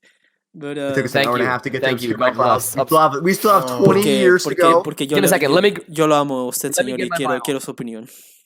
Gracias, cringe. Let me get my vinyl. Okay, so he's going for his Oh, vinyl, and there we now go. after leaving Pompeii, and Lewis has been, I wanted his opinion. I got my Obscured by Clouds vinyl. In I'm craddling it. 1972, Pink Floyd would release another quote-unquote soundtrack, which is not really a soundtrack as we staple. It was kind of inspired by it. Obscured by Clouds, and Obscured by Clouds is an odd piece. It's to me it's a mediocre record. I give it a 5 out of 10, and it's just, 5 out of 10? 5. Well, I give it. well, I can see. I mean, it has some great songs like "The Gold Is in the" and "What's the Deal" and "Childhood End," but then it's and Idiot gave it a 3.5. That's lying. No, I didn't. I You didn't give it a 5 out of 10. We don't rate on the same scale that you do. I gave it. Oh yeah, you gave it a 5 out of 10. Okay, so who wants to hear my shit take? So who wants to hear mine? Who wants to hear mine? Who wants to hear mine? 'Cause Well, you go first. Me, Phallus, and Gary pretty much agree on this album for the most part. This album is great, dude. What are you talking? This album is, That was in my pretty opinion, amazing. the best album that has come out of Pink Floyd that I've heard. Whoa, Okay, that's a little much. That's a little far. That's a little far. I'm kissing the vinyl. No, I'm kissing the vinyl. Okay, He's kissing so the vinyl. absolutely the vinyl. curtains. So you're saying absolutely curtains is a better closer than Eclipse on? Okay, we shouldn't No. talk about that yet. No, I'm not gonna say that because that would be Yeah, lying. because Yeah, well, you but- are. Yeah, I know that. I know that Absolutely Curtains is a weak closer. No. But the other 9 Because you're tracks wrong. make my cock hard, and you cannot compete with that. Oh my god! You're standing this album so hard. Like it's good. Like it's good. Okay, That's so it. All I can say. It's a so 7. I revisited it after a long time. I haven't listened to this record since 2013, and when I revisited it, I saw good aspects to it. Maybe it has grown on me a little bit. It's not longer a 5 out of 10, but it used to be for the longest time. Now it's kind of the 6, 7 kind of aspect. It has some nice aspects to it, but this feels like an unfinished record more than anything. And the songs For just those of you that don't believe me. and the songs those of just you go nowhere for the most part. And The I only don't- thing. I The don't only get, thing memorable from it. The only thing memorable from this album is the guitar solo on Mudman, which is just incredible. Not even That's Childhood's just- End? What the? Come and on. Child It's great. I like. Yeah, it is. I like Okay, Childhood. for those- I for- like- That's a picture of my beautiful copy. So yeah, you Nice. cannot. Yep, it's good. Uh, It's fucking good. it doesn't it's suck. just- I don't say it sucks. No one here says it sucks. I don't think not even Lewis. It doesn't suck. Not even Lewis thinks it It's- sucks. No, it's fine. All right. good, but that's It's about got it. it's got some cool tracks. I mean, it sounds like they wrote some songs, and like their songs were like all right, guys, we're gonna write some songs for the movie, or like inspired by the movie or whatever. We're not really. I don't give a shit about this album. Here's a little rock song I just wrote. Pretty okay. There you go. Not do that 9 times in a row. There's your first 9 tracks, and then the closer. Who cares? The clothes are just. In fact, I might 5 even- minutes. The closer is one of the most stupid, like unnecessary. Like it's absolutely curtains is one of the most unnecessary. The closer- The closer's like the only thing Closer on this that I don't really like. The I might closer is even hard. say If- I just want to say this, okay? Look, it's been a while since I've listened to this. The last time I listened to it, I think I liked it less than I remembered it. It's like the songs are fine. I don't really. Yeah, that's it. It's just. Let me put it like this. I do not give it a 5 out of 5. I give it a 4.5 out of 5 because of the fucking closer. I agree. It is weak. It is very weak as a closer for Pink Floyd standards. Nevertheless, the rest of the album works for me It's very mediocre. cohesively. Yeah, we know. Very cohesively and very nicely. We So know. that's why I rate it so Oh my high. It's like God. cohesively flowing into mediocrity all the time. So we understand. Bro. It's not even really cohesive. It's just kind of a bunch of songs. Yeah, it's just Well, it it's feels like a cohesive bunch of songs for that me. don't go anywhere, and then suddenly they go to another. I song. wouldn't say that. That seems like a cheap criticism. I mean, No, like they're finished they, songs. they very clearly have verses and choruses. Their hooks are generally pretty solid, actually. You cannot tell me Burning Bridges goes Yeah. nowhere. Oh For yeah, Christ's come on, sake. come on, Yeah, come on. Burning Bridges. Bridges Childhood, is awesome. Childhood's End. Childhood's End is one of my top 5 Pink Floyd songs. That is Don't a you find really me? amazing Oh song. my! We're Bro, gonna- stop! Alright. Stop! Can I have my What the take on fuck? this album? Do you When take? you're in, Okay, so this is not an album that has like long songs, and no. for Well- Floyd at this time, that well, not like it's super long. mean, you're It's all not gonna- not super long, jammed out, but and it's not it doesn't have like any epics. There's no echoes on this album. There's Yeah. there's no dogs on here, but it's great. It has its songs and they're all solid. They're all just solid rock songs, and there's absolutely nothing wrong I with mean, that. you all I fully agree you with all arrived like you all have your takes for the Skewed by Colors, and I think you're all gonna bash me because I have my takes for momentarily less of reason, and That's gonna be the big. Yeah, that's gonna be the big one. That's gonna be yeah. I haven't heard Momentary Lapse of But- Reason, and I'm Go scared. on. But Me hey, neither. I mean, this is after listening to it, this is I can see why people like it. However, it's just something so. It's better than More to me, because More was just standout mediocrity, and not even how many times I revisit it, I just think it's there. It's just something that exists. But this album has some great things to it, like from Burning Bridges to Childhood and it's just banger after banger. But then the rest of the tracks are just they're just That's there. a large portion of the album. No, that you it's just just named. the Five. fourth. Yeah, five And tracks. you're right. Five They're all tracks. bangers. Yeah. Okay. So, But then Yeah, we should- maybe but then I mean we gotta raise just good track list, decent track list at least. I don't dislike it. I think it's fine. I think it's just fine. It's something I think- it's something I would visit. Yeah. I think something that can also be said commendable about Obscured is that it doesn't drag on at all, like some other Floyd records many people think that they do, but Obscured doesn't. So points for that. So after the arrival of Phallus and the arrival of the hot takes, what are your Yeah. conclusions on Obscured by Clouds? Phallus. 4.5 out of 5. It's Phallus. It's quite It's good. fine. Quite good. Does it make your no, pee-pee hard? It's fine. Fuck, It gives me a bro. solid- Why are you talking about penises? Okay, Hurley, just calm down, man. It is a good. It is a good. Sorry. It is a good I'm sorry. amplification of the feelings that are caused by said record.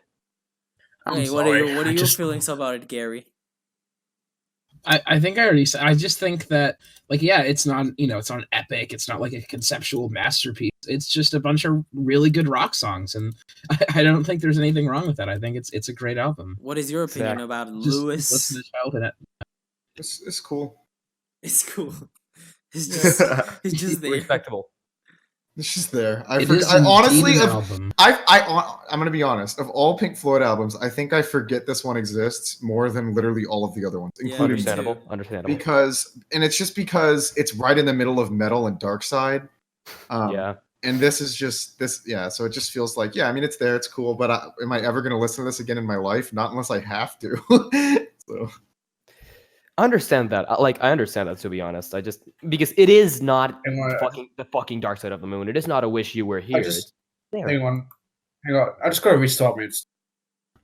Okay. Oh, okay. Just gotta restart his stuff. Yeah, he's gonna restart. Okay, yeah. We'll just drag him back when he's ready. I guess. Does anyone else have anything else to offer on Obscured by Clouds? Because I could offer my final thoughts on that. Give your takes on it, Mister. Give your take. Okay, Yeah. so basically, my final take is I'm kind of agreeing with Gary mostly on this here, as I think if you just view it as a very casual Pink Floyd album, that's what I think I like so much about it, is that it's a casual album. It's not something that Even if I watch it as a casual Pink Floyd record, Yeah. I think it's just okay. It's not something mind blowing, but I guess I That's see fair. where you're coming from, guys. Yeah, Don't worry about it. you also got to remember that I'm not. I'm a very, very generous critic. Yeah, I'm it's the not. same with me. I rarely find qualities that I truly hate in an album. I have to be very I mean, as disgruntled you with an know, album to not like it. the name says it. I'm an idiot who likes prog, and as an idiot who likes prog, I need to say pretentious things like, "Oh, this thing is not progressive enough," you know, and it has, even from the time 1972, it has so many little remarks to what was being released in that age, because progressive rock was expanding and Pink Floyd was a big part of You it. see, It's kind it's of not. it's kind of as if Pink Floyd was going in a good step, and then this is kind of I wouldn't call their it step in the mud, because it's something that, okay, it's just there. We can in the clean it Mudmen. up. It's nice, but I wouldn't put it as a standout release from You Pink Floyd. see- It's I can see why you say that it's a good rock album experience. Yeah, I know. It's just there. But Mhm. what do you have to say about it? Hurley, what are your final takes on it? It's I like. I get. I'm pretty sure you have the impression I don't like it. Well, I sort of do. Like, it's good. It's okay, and Mudman's like the only track that stands out for me mostly, and that's just about it, really. I just don't really care for it.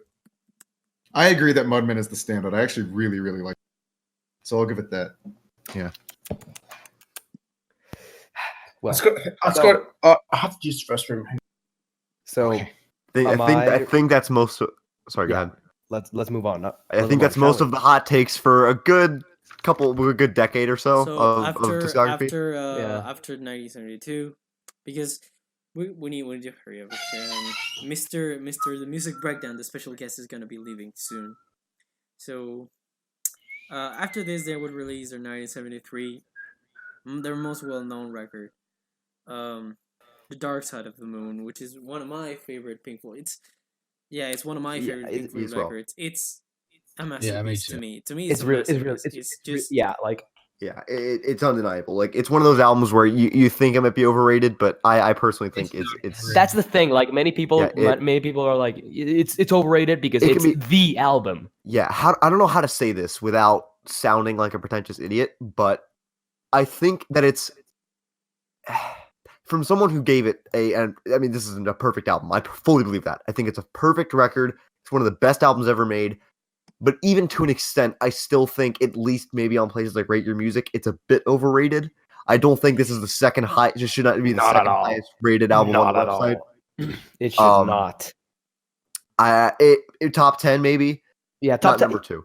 Maybe not agree. number 2. I don't agree with that. I also don't agree with OK Computer being 100%. number 1. But we'll that's not Radiohead episode. 100%. Dark Side of the Moon is. Can it? There's really no words to describe it. What has not been said about Dark Side of the Moon that has, like, what is there to say that hasn't already been said? Seriously. Like for real. It's if I'm not mistaken. Let me check if it's the most rated. Like most rated. This is the No, quintessential. progressive Okay, I'm rock back. What are we record. talking about? Second most rated. Yeah. Is there it's most- We're on second Dark most Side. rated. Oh, Dark Side of the Moon. Okay. Yeah, this is the quintessential Pink Floyd album. Like, this is. If I had to get someone into the band without a song, it's this album, like, undeniably. I mean, sure, it's the typical pick. It's the typical album that everybody knows. That shouldn't really matter though, because it's that amazing. It's that amazing. Look at the rating distribution. Yeah, Just- it's insane. that is insane for Rate Your 17, Music. nearly 18,000 5-stars. 18. Mother of Christ. It's at 17,998. We have deserves there- it. Yeah, that's impressive. Yeah. Yeah. This I has mean, probably got one of the best yeah. rating distributions on the entire website. I Let me might be check better than OK Let Computer. me check OK Computer just out of curiosity. It's about the same as OK Computers. So, The Dark Side of the Moon to me is Yeah. just an experience. Literally It's the same. it's an entire song on its own. It's Yeah. it's just an entire It song. is. It is one It- piece it has presented a- in Like, different if I want different to- parts. When I listen- wouldn't when say I it's listen one to big it- song, When though. when I listen to it, I feel like definitely fucking better than Obscured by Clouds, and it's just Wait, this album just sucks ass. Obscured by Clouds, much better. It's a better album. Definitely. All right, I rated them I'm both sorry. 4.5. Okay. Okay, I'm sorry. In all seriousness, so. I love this album. It starts with "Speak really to Me." good. "Speak to Me" is just fantastic. The sound samplings, the ambient that is built up. It has a Yeah. crescendo towards Yeah. it. Breathe, such a it's cool calm, song. Dude, takes on the let's run. be honest. Time, and I Let- gotta say that Us and Them, Time and Money are great, but Us and Them is the standout track from this record. Yeah. Us and Really? Them is It's my fucking fr- amazing. Yeah, I honestly agree, but I mean, every single My- song also. I mean, My favorite Pink Floyd song is Time. Mine too. I think- Time game. Hi. Okay, high Also- five. I'm gonna also, clap I and don't- I'm gonna I don't pretend know- that we gave each other. I don't know Bam. who said that the entire album is like one song. I disagree perfectly. I disagree personally. I think it's two. First song ends at the Grady Gig, and then Money is the second song. Yeah, because it's two Okay. sides. Money- that would there is honestly the make split. sense. Yeah. Okay. Yeah, it's two songs. I- The entire album is two songs know- for me. If I want to listen to Dark Side of the Moon, then I listen to Dark Side of the Moon. There's no skipping or anything. I just listen Yeah, to the whole Yeah, thing. the entire thing is really good. It's consistent. Like I say, there's a reason for it to be the T-shirt album, for it to be the vinyl album. It's for a reason. It's because it's the Yeah. Dark Side of the fucking Moon. It's the record that stands at number 2 overall. Is the record that fundamentally made Pink Floyd one of the biggest names in rock in history, and it's just for a reason. People who say it isn't really that good are either kind of contrarian, are either kind of dumb or just contrarians for the sake of it. And those people are just I would. so. Well, I mean, it's okay. It's If you it's okay, unironically believe, like, if you unironically believe this album is bad, like, I'm not telling you that you can't think it's just okay, but if you say straight up that it's bad, you are either a clown or even worse of a clown because you're being just a contrarian. It's just fact. Well, it's okay. It's okay to be lame. It's okay to be lame though. So Yeah, I already accepted my fate. I'm definitely lame. So I mean, yeah, I fully agree with him. I mean, So you do you, I guess. I would like to say my piece. Something that's interesting that started this discussion off was that it doesn't deserve to be number 2 or something. I mean, first of all, that's just a really weird thing to say to me because maybe it wouldn't be where you would put it at number 2, but as if to say that it doesn't deserve its extremely positive rating and rating distribution, which is what got it to number 2 in the first place, is just weird to me. Like, frankly, I would be perfectly okay if this album was number 1. I mean, if people said this album is the greatest album of all time, I don't even think I would argue.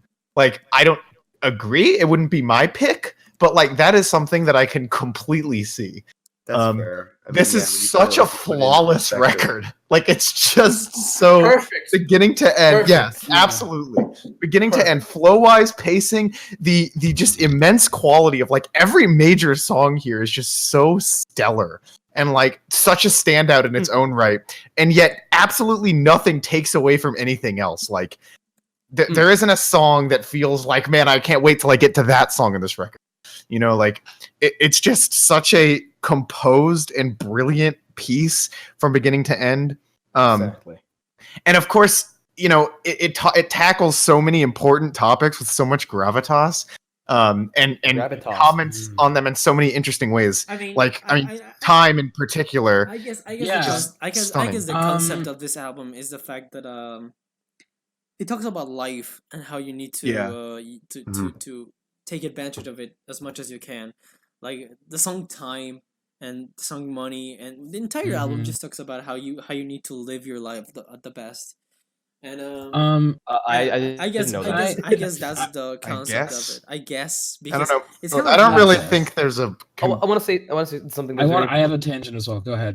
fella. Some people say that "On the Run" is the weakest track on the album. If you say that, you're no, fine. no. Like, If you say that, you're No, an definitely idiot. not. It's an interlude. many people think There's that no- on the Run is not a good track because it's not like the rest of the album. They're like, dude, it sounds so off. Yeah, you idiot. That's the point of the song.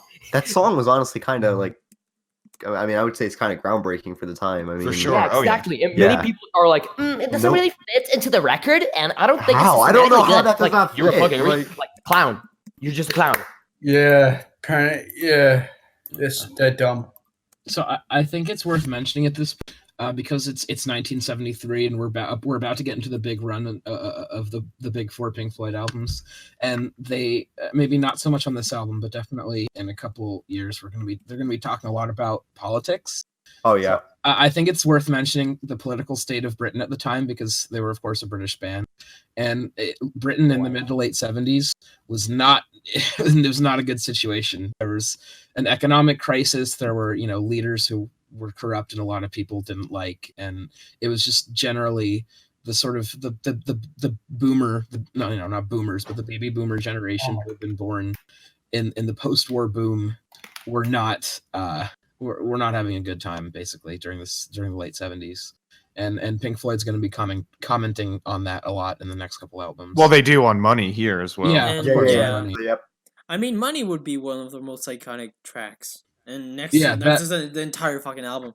For good reason. That bass For good riff is reason. just is amazing. I mean, Roger Waters those loves this track because he's so proud of it and Yeah. he just performs Yeah. it. Yeah, Roger Waters likes to jerk off from this era because all the I'll allow him to. yeah. He's earned it. Are you yeah. kidding me? Yeah, if you make yeah. albums Well, this that- incredible, you have earned it. I'm so like you just have. When in talking about the fact that Roger Waters is a massive idiot, when he comes to South America, he always gets in trouble because of the he uses money and the wall to make a statement about economy and the structure. I mean, I'm pretty sure he's gonna comment about the things that are happening on Chile because why not? He always does. Oh, But, great. Yeah, and I don't know. I mean, he has earned it, but to me, The Dark Side of the Moon is just a masterpiece. It's a must listen record. It's one of those records I will make you listen to if you want to get into music. So yeah, after that, what are your final thoughts about it, Mr. Phallus?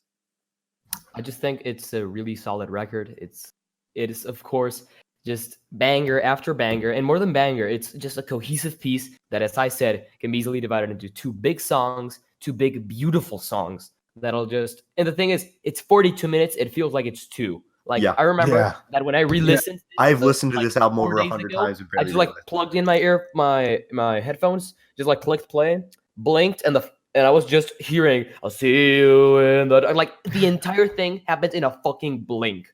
It's Yep. that, and the only time that happens with me is with good albums, with damn good albums, and that's because it's cohesive. It flows. It's just really good at what it does. It is certainly a masterpiece. It deserves its praise. And that's basically it. Like I'm not trying. It's jerking off. Radio music. It's jerking off music everywhere. But there's a reason people jerk off, isn't it?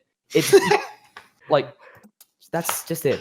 Also, Pause. I agree. Us and them easily. I don't think it's. I wouldn't say it's the best track because I don't think there's a best track, but it's underrated on the album. Like in the great scheme of the album, yeah, it is. I agree. What are your thoughts about it, Gabe? So, like I said, Dark Side of the Moon, there's not much you can say about it that hasn't already been said. It's just such an amazing, cohesive masterpiece that, again, similar to Metal and a bunch of other Pink Floyd projects, got me through a very hard time in life. And it was an album I listened to every day for about a year, which I never do anymore, actually. I don't really listen to albums on repeat that much anymore. And it was an album that definitely stuck with me, both musically and mentally and emotionally. It's an album I still come back to every now and again, just for the sake of, visiting an old friend. Basically, that's exactly how I'd put it, actually. I was looking for a word to do it, and that's exactly how I'd put it. I still think it's one of the greatest albums ever made. And with Lewis's point being made about the whole ranked number 2 on Rate Your Music, I actually now, after kind of hearing that, I'm a little bit more convinced that would make a little bit more sense. Yeah, It's about as groundbreaking as one could imagine. No one was really making albums like this in 1973. That's just something you can't deny. And I wasn't really denying that from the first place. I was just saying, I personally wouldn't put it at number 2, but that's not the point. It's supposed to be a very massive. To me, if opinion. it's regarded as the best Pink Floyd record, it deserves it. Honestly, if someone would come to me and say to me, Mhm. "Yeah, I think it's the best Pink Floyd record," I would agree. It's just that This good. is their objective This is their best, I would say. objectives. Yeah, but they've done better. Regardless of opinion, I mean, regardless of opinion, this is probably their finest this is hour in the one of studio. my favorite albums of all time, and it's just an experience to listen to. I remember when I listened to it completely, I was blown away by the performances on the Great Gig in the Sky are just great. Oh god, yeah. Oh my lord. Yeah, That's She's- probably she's that an is probably my amazing- favorite track on the album. She is an amazing vocalist. Yeah. And fucking If I had to, Us and Them has just a great message, and Money and Time. Time is one of their best songs, one of their best solos, and the fact that they use Breathe Again. Yes. Breathe. Breathe in the air. Yeah, I just love that Shit. fucking album. What are your thoughts about it, Lewis? I know you stand this record. Oh yeah. Well, of course I do. Yeah. I mean, how could I not? Well, you mentioned about it being made in 1973. It's like kind of, and it is kind of hard to believe. But one of the things that I want to say about this is that I don't set this in stone, but I think I might be willing to say that this is like the most timeless album to have come out of recorded music. I would really struggle to think of a single other album that has transcended its time as much as this has. Like, I mean, sure, you can hear it and recognize that it's from the 70s, I suppose. But I think it's like, this fits in no matter what the social context, no matter what the time period you're talking about is. And even though it came from a very specific time, it still applies just as much today. It still sounds just as great as ever. Wait. When did yeah. we start discussing Pinkerton? Like, I think I'm lost here. Why are we discussing God. So anyway, No, well, yeah, it's incredible, of course. It's a 10 out of 10 album Yeah. for me, of course. Yeah. It's my second favorite Pink Floyd album. There's Mine another album that's more there's another album that's my all-time favorite, and we'll get to that soon. So, although it's pretty obvious. And people who say he's overrated are wrong. Like they, Yeah. And what are you know, your it's okay to be opinions on it, lame. Gary? What are your My final line for Dark Side of the Moon is, everybody likes this album. They are correct. Yeah, it's not even negative. It has a really positive feel to it. I think this is what Yeah. most people go to it because it's a really comfy listen to me. I just love listening to it, and yeah, I mean, after this masterpiece, they released another album that is really that I think this is the most emotional record because it was dedicated to Sid Barrett. If you know, the idea of this album, fucking Wish You Were Here in 1975. They took a 2-year break, deserved 2-year break, and the Dark Side of the Moon stayed in the Billboard like go 200 for how many years? 15. 15 years. I mean, It's if 15. you They left. And if you do that, you're already a rock legend. And they released another fucking masterpiece, which is Wish You Were Here, which to me is not as perfect as The Dark Side of the Moon, but it is fucking great because Shine on Yes, You, obviously. Shine on You, Crazy Diamond, Shine on You, Crazy Diamond. Both parts are fucking amazing. And Well, you mean all 9 parts, all 9 technically. parts, yeah. And Welcome to the Machine, Have a Cigar, and Wish You Were Here. This album is dedicated to Sid Barrett. It's a really emotional record. It's talking about just the song alone of Wish You Were Here is such a fan favorite, and it deserves that. It's a really sweet track. Have a Cigar. There's an entire video analyzing the story that is being told on this record about how corporations good. take you in and just take advantage of you, and Welcome to the Machine too. I mean, this is just talking about Sid Barrett in general, and I love this. This is a really experimental track. It's really sweet and mellow. It has a mellow sound to it, a melancholic feeling to it, and I just adore Shine on You, Crazy Diamond. That's the standout track to me. Both 9 parts are amazing, and Yes. yeah, and just Hurley came. this album is fucking great. No, I didn't come. No, I did. didn't. I stretched. He I'm just stretching. came to the ecstasies that this album produces on him. No, what is this? No, this isn't the music breakdown podcast. What are you talking about? Anyways, yeah, I love this album as well. It is also it's a close 10.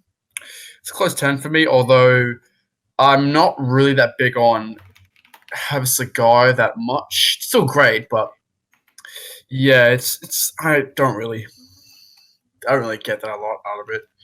Although Welcome to the Machine is definitely a fantastic song. And Wish You Were Here, title track, yes, it is emotionally beautiful and amazing. And yeah, so yeah, in general, I think this album is shit now. Yeah, For real. Like, I don't. I want to buy it on CD and snap it. Just like just turn it with a picture of the CD. I want to do that with Wish You Were Here, to be honest. But yeah, it's to just give my bit about it. It's just a really cohesive, really, really good piece. I think that Shine On You Crazy Diamond is equally as good as the other 3 tracks, which work just as well. Welcome to the Machine and Have a Cigar, I consider the 2 tracks to be same sides of the same 2 sides of the same coin. Really good, like really good. Especially, I personally like Have a Cigar a little bit more than Welcome to the Machine, and I like Have a Cigar equally as much as Wish You Were Here, which is of course the 300 million play song on Spotify, and that's for a reason because it's good. Well, not specifically, but yeah, it's really good. And the album is just as The Dark Side of the Moon, a really cohesive piece. I find The Dark Side of the Moon to be better. I find Wish You Were Here personally. I rated, if I'm not mistaken, I rated Wish You Were Here a 4 because it's really good, but it's in the grand scheme of Floyd, it's worse than both Dark Side, Animals, and for me, Obscured by Clouds. But it's really good. Yeah, it's really good at what it does. I agree with what you try to say. When it comes to the idea of it being about Barrett, it's a masterpiece. When it comes to the Barrett theme, it's the best they have. I don't think they could have done it better in any other way. It's really good. Yeah. It's just a great track. So arriving to conclusions on it very fast. What are your thoughts on it, Gary? I think that the entire album is great. I mean, Shine On You Crazy Diamond, the whole thing, and Welcome to the Machine and Have a Cigar are all super. The title track, I think, is one of the best songs about heartbreak, possibly the best. I mean, not heartbreak. It's hard to describe just the emotions that come to mind with that title track, but it's just so iconic. It's incredible. Yeah. What are your thoughts about it, Hurley? I know you come for this record, so tell me about it. Shut the fuck up. That was only stretching. I wasn't ejaculating. Okay. This isn't the music podcast or what it's called. I did not have sexual relations with that album. I don't. Yeah, I don't. I only jerk off thinking about Lewis. Okay. Now you're Bill Clinton with "Wish You Were Here" CD around his erect penis. Like, Oh my god. Okay, you Why does this always don't. well, you mentioned Yeah, fucking Bill Clinton and fucking the album, so I didn't mention that. That was Gary. Gary, you put that Okay. idea into my head. I mean, whoever mentioned about me ejaculating, that was your fault. So yeah, I love this album. It's my third favorite Pink Floyd album. It's a close turn, but Have a Cigar, not really that amazing, but it's how it is really.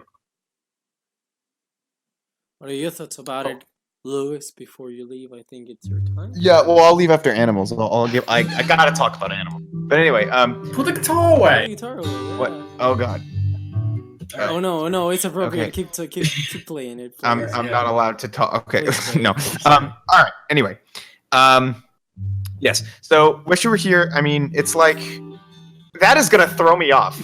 You have to stop. And before fucking It goes. copyright It strike, goes well with please. your voice. It goes well with the voice of Lewis because it's going. That's great, but I can't think.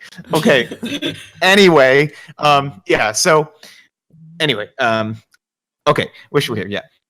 I mean, I would say yeah. It's my third favorite. I mean, look, I think like conceptually, it's just such a perfect. It's what Fowles was saying actually. Well, it's like it is the best execution possible, or at least probably the best execution possible of this idea. I think that like for an album that's only 5 tracks as well, like it's amazing just how much you get out of it compared to some of their earlier albums like Adam Heartmother, which I think is still really good, but felt more scattershot almost because of the fact that it had so few tracks. This time around, it's like it's such a perfect encapsulation of this emotion. And of course, they throw in other topics as well. It's not really one topic here. They tackle the music industry a lot, and they do that all. Story, in my opinion. Yeah, yeah, sure. But yeah, I mean, Shine on You Crazy Diamond is obviously amazing. The title track is amazing. I mean, really everything's amazing. And I want to say, nobody said this, but I think that this album consistently has the best Richard Wright performances, like all across. Yeah. Yes, this record. yeah, His mention that. synth work, Yes. his synth work on this is 100%, yeah. unbelievable. It's so good. It's probably the standout thing about this album. synth performances on China, You Crazy Diamond, especially. Oh my god, yeah. I gotta go into those. Oh my god. Now, what are your general thoughts about it, Gabe? So Wish You Were Here is my favorite Pink Floyd album ever. This album is quite possibly the most. I'm already about to cry talking about it because this album just means so much to me. It definitely played I had a very depressing summer a couple years ago. Very lonely, very awful. And Wish You Were Here was one of 2 albums by Pink Floyd that kept me afloat that summer. And it unintentionally played a lot into what I was experiencing, particularly with the title track. And Shine on You Crazy Diamond as a whole was really falling into those pieces. And I remember listening to this album every night for about 4 months, just falling asleep to it or getting ready to go to sleep listening to it. And I kind of pondered to myself, every night, like, what does this mean? How do I relate to this? And while I wouldn't say, songs like Welcome to the Sheet and Have a Cigar really played into that, they would offer a bit of a buoyancy to the album in between the very emotional centerpieces. And I do think those tracks are just phenomenal. Welcome to the Machine is, again, one of my favorite songs by Pink Floyd, top 10 for sure. That song continues to leave me without words. I love it so much. The duology between everybody, I guess that would be more of a quadrilogy between everybody on there. There's the unity, I guess I should say, between everyone on this album as a whole. Not even just Welcome to the Machine. Everyone as a whole on this album, they answer each other. They play into each other. Everything feels right, this album. And I think that while Dark Side of the Moon is, again, a masterpiece. Well, I think every single album that they came out with in the 70s is a masterpiece. Wish You Were Here is, for me, the undisputed champion, and it will probably remain that way until I die. This album, Pink Floyd, is a very personal and emotional discography for me. They've soundtracked a lot of my life. They've set a lot of groundwork for me as a person. So you're probably noticing this trend by now that a lot of their albums at this point you've got a lot of emotional and personal stories set up around them.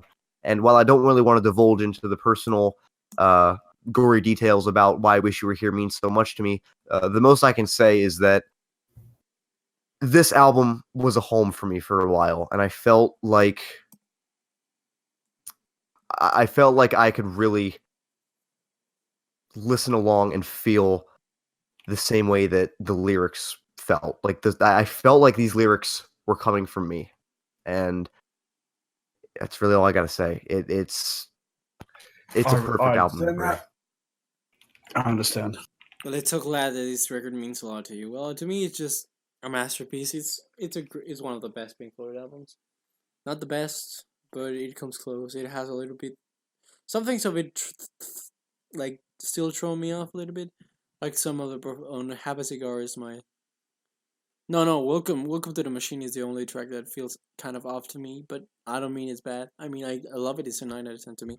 It's the only thing that makes the album go a little bit weird feeling to it. It's the one that makes me it's one of their best albums. But it's a great album. Shining Your Crazy Diamond is definitely one of the best Pink Floyd songs. Like, especially the first part. And the second part just needs more recognition to it. But after this album, they would come to a break of 2 years, and then in 1977, after the punk era started to begin, they would release a counter album to this movement. The movement was characterized by political views and having a really aggressive tone to it. And they released one of which is for to the people that know me, my favorite record of all time, and personally the only record that I can actually just listen time and time again, and it grows on me even more and more. Pink Floyd's 1977 This Animals. Animals to me is a masterpiece. No song feels off. I agree. I I fully agree. Pigs and sheep It's- are just three of the best. Dogs to me is the best song Pink Floyd ever composed. Is the best song of all time. Pigs and sheep to me come close. Sheep is so amazing. Pigs has That- so many oh things my God, that are shown. Dogs has two of the best solos of all time in rock standards. Oh my god. Period. I'm gonna have to listen to Animals after this now because now you got me in that mood. Pigs. Yeah, me too. Yeah, And I've this already album- oh listened my to it God. twice today. Oh my Pigs, God. Pigs go. To Yeah, the- I've actually. Pigs goes David to Gilmour. the experimentation Oh, with the distortion on the guitar that actually people would notice on many metal bands to come. He uses distortions Yes. on the guitar to make fucking pig Dude. sounds, and Sheep just has one of the best build-ups on a song. Yes! Oh my god. Yes. The ending Pigs, of Yep. Pigs Sheep. on the It's really wing, good. Pigs on the Wing parts 1 and 2 are Pigs just on two of the the best Wing. introductions Yeah. and the best Pigs on the closing. Wing. Yes, Okay. Pigs on the Wing Okay, is yeah. really, I gotta really say good. something about Pigs on the Wing. So, Pigs on the Wing has there's two different versions of it, right? So there's the version on the regular version of the album where it's 1 and 2. They Yeah. bookend the album, right? Then there's Uh-huh. the 8-track version, yeah. Yeah. Wait, what? What the fuck is that? The 8-track version for those on What the the 8-track version of Animals. There is What the fuck is the it takes 8-track both. version? It's like a cassette, kind of. It takes both songs and then it bridges them into one with a guitar solo. Yeah, I've heard it before. I see. Yeah, that it's version great. That- It's fantastic. I wouldn't say I don't know if it's really better than the original, but it is phenomenal. Oh my god. I need to get it on my playlist on Spotify. I gotta get that on there tonight because it's so good. Oh, that Yeah. really made me appreciate just how good those two songs are, especially So- together. So for Animals, I'd say it's a very, very, very consistent piece. I think I'd say it is equally as good as Dark Side, in my opinion, when it comes to conceptual piece. And while the Dark Side is more impactful when it comes to musical masterpiece, yes, Animals is just as equally good. As it has been said, Dogs has one of the most gorgeous solos ever done in music. And it's 5 songs. Well, 3 to be honest, because it's just an opener and a closer. They're still and- songs though. I not compare 1 minute and 20 seconds, and not the 7. So the point is that Okay, fine. Pigs on the Wing are, first of all, an incredible opener, an incredible closer, because it just grabs all of that just turmoil in the 3 songs and just goes to a clean, mellow acoustic track that just closes and opens. Dogs is amazing. Pigs is amazing. The guitar work in Pigs, as has been said, and Sheep just goes beautifully. The politics behind the entire thing, the lyrics, the ideas, the concept itself, it's just way too good. And the best part, I have been, for example, in voice calls with friends that listen to all kinds of music, and they really they wouldn't agree, and when it comes to the same taste, but always without failure, somebody would queue up Dogs. Like when we start playing, I don't know, fucking Minecraft, somebody will just queue up Dogs in the music bot. And when it comes to there, no matter what kind of music you listen to, you would go with that. And everybody would like that because it's just, everybody can appreciate to an extent how masterful it really is. And it's because it's a fucking good song. And it's a fucking good album. It's 41 minutes of beautiful, gorgeous instrumentation that should not be skipped, should not be overlooked, and it is worth its fucking praise. It's worth the praise. To me, it's the best album ever made. It's just so fucking good. It has the production in it's tight. Everything in it's just fucking amazing. I know Lewis thinks it's the best Pink Floyd album. Did you want me to chime in on that? Yeah. Okay. Take your shot. Yeah, well, big boy. Well, the thing is, I've talked about this album more than any other Pink Floyd album, like in terms of videos, because I know that I had the retrospective and the podcast, but then also an additional podcast, Get Wrecked, where I also talked about it again. So I mean, I've said a lot. This is going to be the 4th time. That's pretty cool. But that's good. Yeah, this is my 2nd favorite album of all time. So I mean, we're pretty much in lockstep. I mean, look, it's just like, as far as a concept album goes, this is Pink Floyd's best, not only concept but also execution of a concept. I mean, in Wish You Were Here, they used basically 4 songs, essentially. I know it's 5 tracks, like 4 songs. This time they basically just used 3 songs. Yeah. Pigs in the Wing is like, it's a coda. But Thank you. But these 3 songs, they are like, it is incredible how much detail and nuance that Waters, and I guess Gilmour wrote Some Dogs too. I don't know. I think Waters wrote all the lyrics though. But it's amazing how much like nuance is able to be put into the lyrics here, and just how much there is to actually be read into here. Like, I will say that Dogs lyrically is a literary masterpiece. Yeah. Like, reading the lyrics of that song. Oh, yeah. I mean, and the lyrics to it are great too. Story, yeah. Yeah, but it's just like, oh my god, the amount of like the brilliant symbolism and the amount of like metaphor that he brings into this discussion of ruthless businessmen, which is what it is incredible. Like, and then when it gets to the final bit of this song, it's like, it's so incredibly emotional that it's unbelievable he was able to wring this much humanity out of this topic, which is funny enough. The album's called Animals, but it's much humanity to it. But yeah, I mean, can we mention the stone?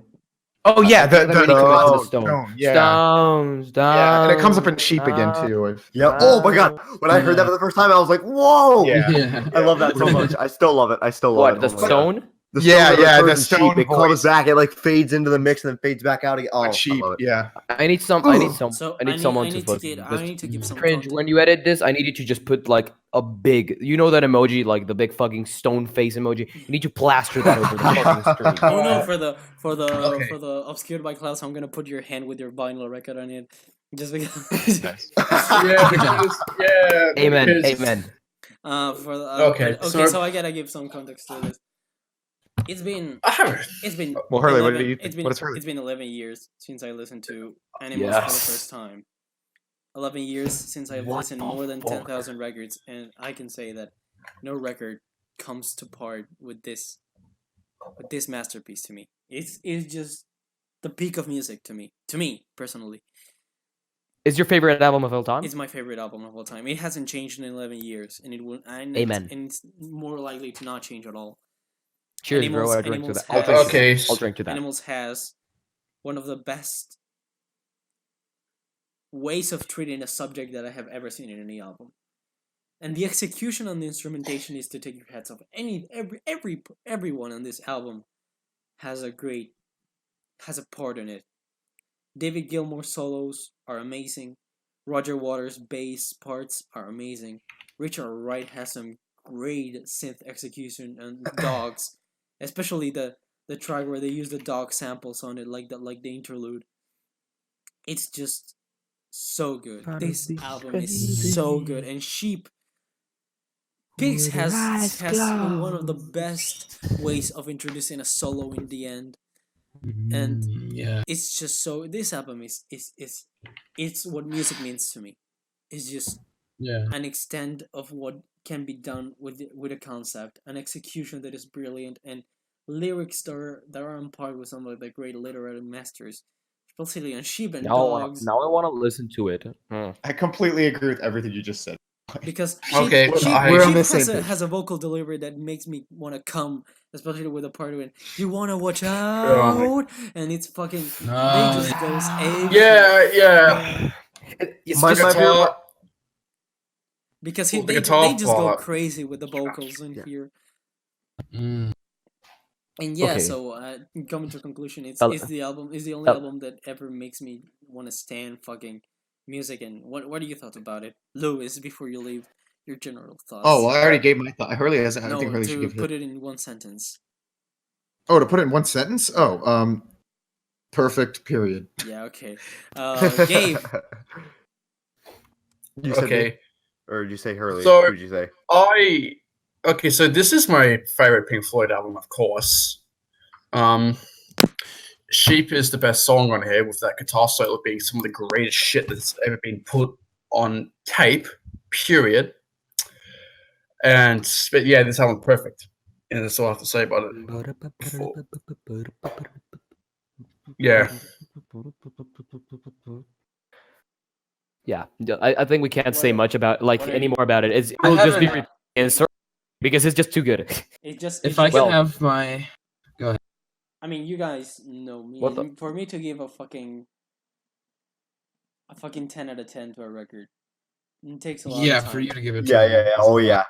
Yeah. It takes How a many lot. 10 out of 10s do you have, fella? Let me check. 100. He has 109, I think, as I checked his page today. He has, 109, yeah. About 100, yeah. Yeah. And that's a fucking low Um, rate considered to how many records I have listened to. Yeah, you have How over many 12, what, albums do you 12,764.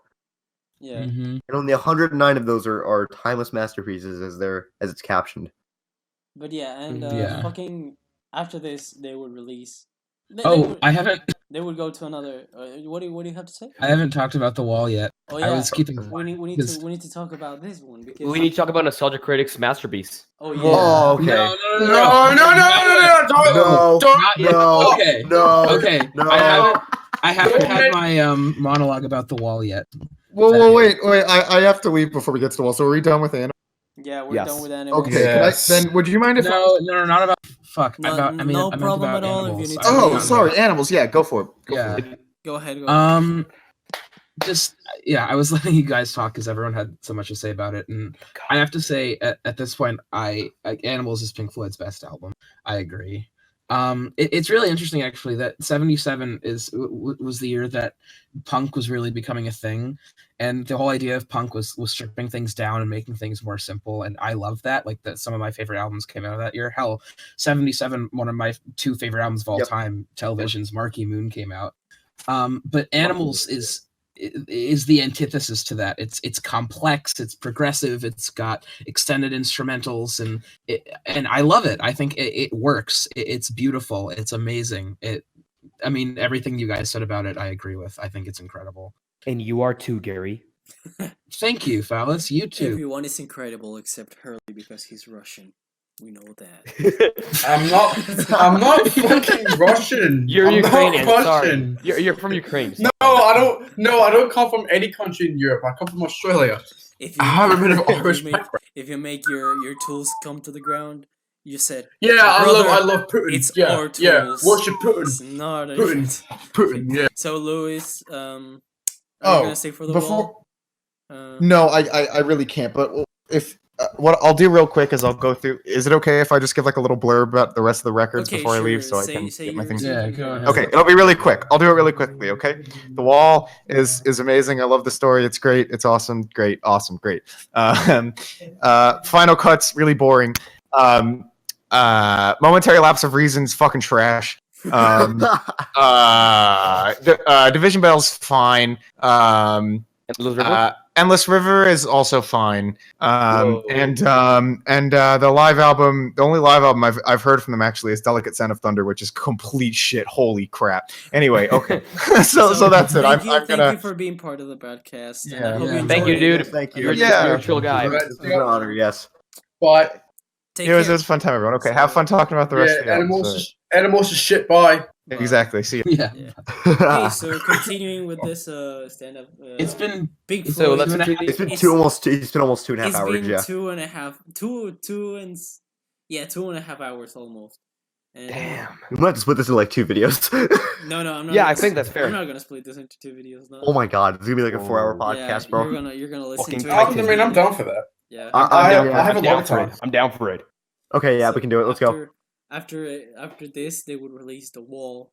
They would have a lot of creative differences Dude, in you because Roger. This you would wanna know something? this would be the first standalone Roger Waters created complete control creatively Dude. record. Yeah. you want to know something, dude. So- In case I don't think you know this, dude.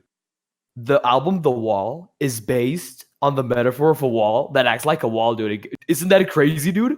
It's literally a wall, dude. It's It's so meta.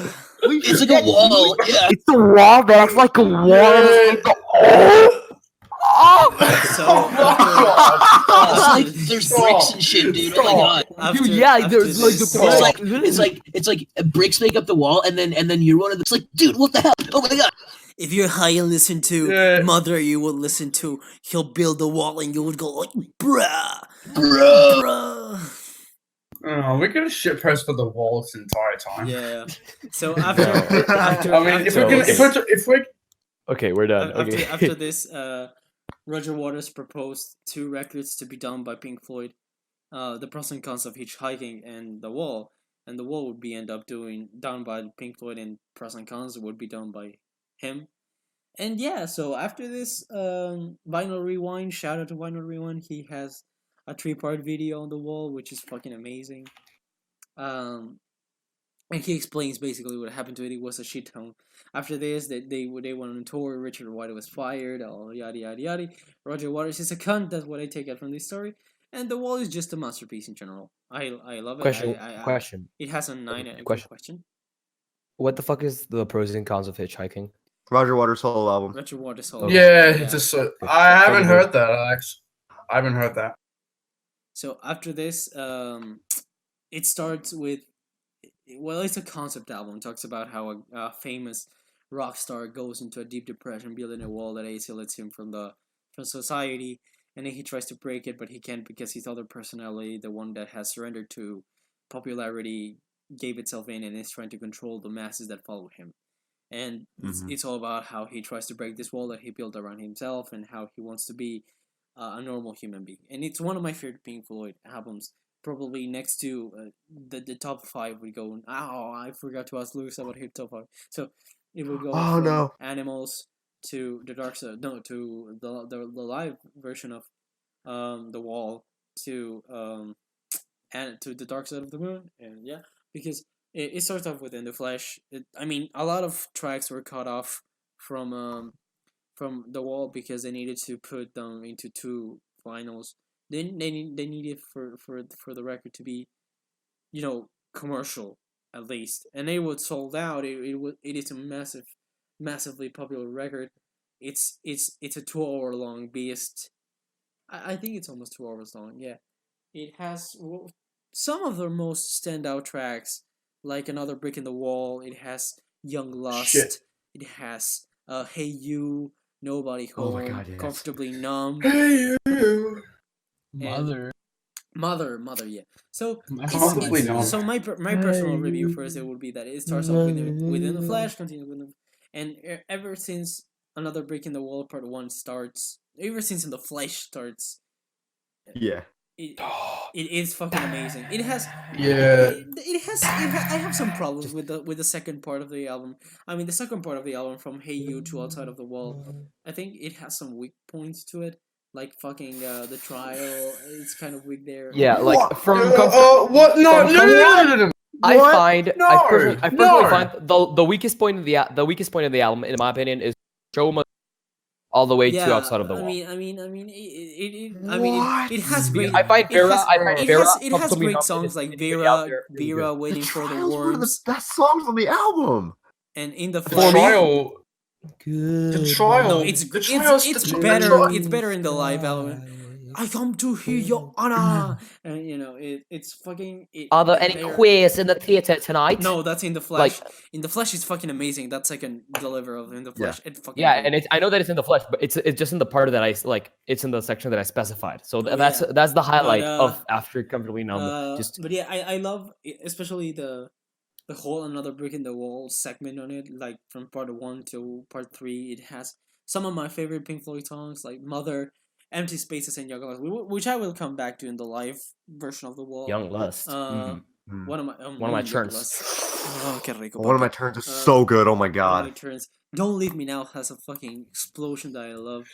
Don't leave me now. Why are you running I can't. away? I love that. I love the explosion in it. Yeah. After that, they would go with Hey You. Comfortably Numb gets the spot as one of the best Pink Floyd songs for a reason, one of the most popular. And Yeah, I mean, it's a great album. I have some problems with it, but they would be solved on the fucking live version. Waiting for the Worms would be the low point, but Yeah, I mean, it's an album that Yeah, you it must is. listen to if you want to get into opera rock, into a rock opera, because it tells a story, a cohesive story in that way. It's symphonic prog, and it has some aspects Yeah. to it that are remarkable. And yeah, I think it's fucking great. I think So, it's one of their best. Yeah. So what do you so guys do have? y'all mind if I give my take? Go give your take. Okay, so I find The Wall, it's a short take. The Wall is a conceptual album that tells a tale of blah, blah, blah, blah. You already told it. It's good at what it does. It has some very strong standalone tracks. For example, the obvious ones, Another Brick in the Wall Part 2, fucking Hey You, Comfortably Numb, etc., etc. It has some very good segments that work together very cohesively. Disc 1, in my opinion, is better than disc 2 slightly. That's true. It has a good opener. Yes. It has a solid closer, I guess. Outside the Wall is, I wouldn't call it the best I Pink call Floyd it great. closer, I call but it it's as one of the best. I Pink Floyd don't closers. find it obscured by clouds tier closer, but it's not one of the strongest Obscure. ones. Wait. Are you comparing shit to diamonds? I mean, go. I don't. You can be Yeah, I know. Oh. But my point here is, what I think is the biggest flaw in The Wall is that I think I'm not one to dislike long albums, and I can listen to a long album and appreciate it and love it no matter its length. The Wall is unnecessarily long. At least 10 minutes could have been shaved off of it. No. Some songs on it, I think you can all agree. No, I some don't agree songs with on that it. at all. I can't see that. I can't see any. I really Well, don't because I mean, because it's everything okay, works. it's Listen, okay. listen, No, because the story here I- is that some songs were cut off originally, and that's well known. Most songs, like some songs, were cut off because the record was too long, and I would love to listen to, because I believe that some of the aspects could have been solved, and many of the expansions on this record give the tracks that were cut off, and they give a more full experience, a more full cohesive story. And yeah, I don't think the Well, album is maybe. too long. I think Well, it's fucking cringe. great. Well, cringe. Maybe your point could be correct because I agree that paradoxically, if some points had been done with another track, 2, 3, 4, but they were placed correctly enough, I wouldn't find its length to be bothering. But I just think that maybe it could have been just a little. I'm not asking for the album to be 30 minutes long. I'm just saying it could be a little bit shorter. I won't state any specific tracks that should be cut out, but it just look. So to preface, The Wall was my first Pink Floyd album that I heard because there was no one over here in this shithole of a country to tell me to listen to The Dark Side first. The length didn't bother me. I've heard the entire album at least 3 or 4 times so far, and on the listen that happened recently, I enjoyed it the whole way through. But then I thought that was an hour and 20 minutes. I enjoyed those hour and 20 minutes, but it could have been a little bit shorter. And that's my take on it. It's really good at what it does. Some parts are stronger than others, obviously.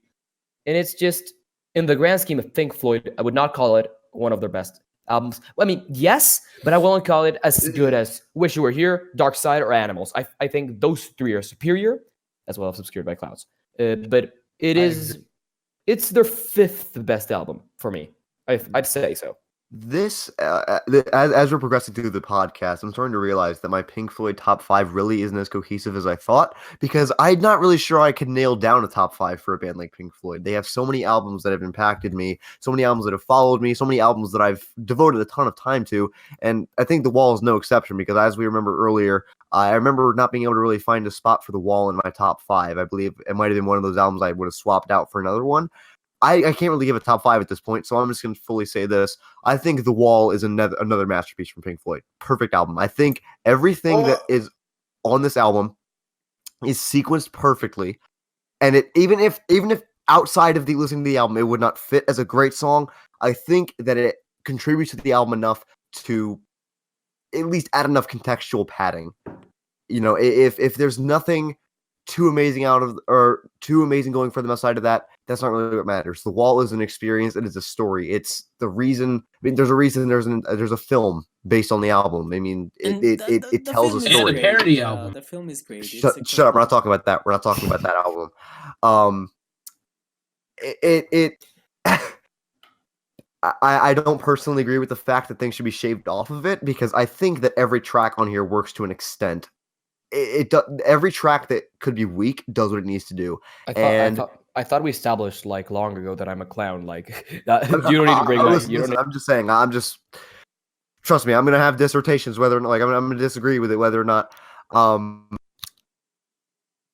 Even for some of the boring things that I disagree with, if there were tracks that I would not listen to outside of the album, it would probably be Vera, Bring the Boys Back Home, and Waiting for the Worms, probably, or Stop for that matter. Most of the tracks from the D side of the album on the second vinyl, Stop is okay. they- Stop is good. What are you saying? I wanna go They- home. they mostly play a part for the remaining part of the album, which I don't think is a bad thing. But they're not tracks that I would be putting in a playlist to listen to outside of the album, because I do that. I mean, so I know some people might not do that, but I do. But even still, that side is still super cohesive in my opinion if you're listening to it in the context of the album. And I will personally say that The Trial, tied with Hey You, and probably One of My Turns, is probably my favorite song off of The Wall. The Trial is just so epic to me, and the fact that Roger Waters plays so many roles on that track is just Yeah, it's the Trial insane. is fantastic. It's insane just how amazingly they've been able to kind of voice act throughout the entire thing. And David Gilmour, I believe David Gilmour is the judge. I'm not sure. I've never really verified that, but it's just the constant back and forthing between playing multiple roles and multiple characters really intrigues me. And I'm a guy who has a very big interest in concept albums, and The Wall, I'd say, probably laid that groundwork for me. You know, they really showed me the power of concept albums. I'd heard a few before, none too terribly obvious as The Wall is. You know, The Wall is very obviously story driven. It's a rock opera, similar to something like the Tommy or Quadrophenia by The Who, both albums. I believe, was it Lewis who said that Animals was their most cohesive conceptually? Yeah. I personally don't agree with that. I do think The Wall is their most cohesive conceptually, but I will say that Animals has got a fantastic concept that plays throughout. I would explain it, but I will need to go in about a half an hour, so I'm not going to bother with that. Yeah, The Wall, fantastic. Another 10 for me. Say about it, Hurley? The Wall is also a masterpiece. I will agree with that, and it's personally my favorite rock opera. Although Lamb Lies Down on Broadway is a very close contender. But I don't really listen to it a lot, despite the fact that I have it at a 9 for me personally. It does have some amazing shit on there, like comfortably dumb, of course, and In the Flesh, and critic. no, and Hey You, and yeah, I love it. And I did see a cover live band perform that album in its entirety, and it was fantastic. So yeah, that's what I have to say. What are your takes on it, Gary? I think The Wall is pretty cool. I think it's I don't know if I don't put it on the same level as the albums that came before, like the run of Dark Side of the Moon, Wish You Were Here, Animals, but I think it's pretty cool.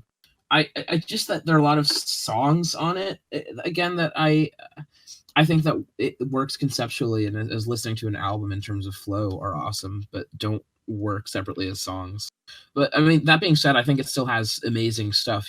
Another Brick in the Wall Part 2, Comfortably Numb, Hey You. Everything's already been said.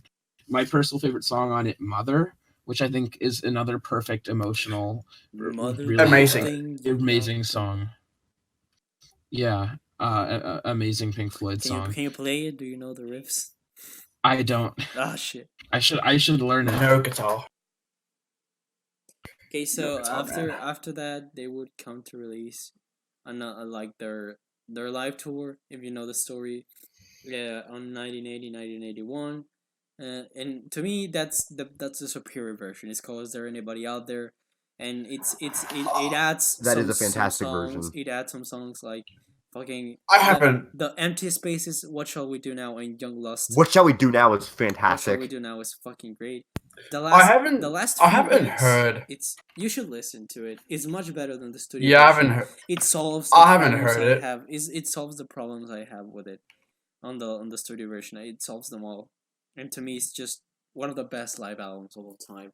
It's fucking amazing. What do you guys think about it? If you have listened to it, It comes. What? Wait, are we still talking about the wall? yeah. We're talking about the live version of the wall. Oh, I haven't heard it. Sorry.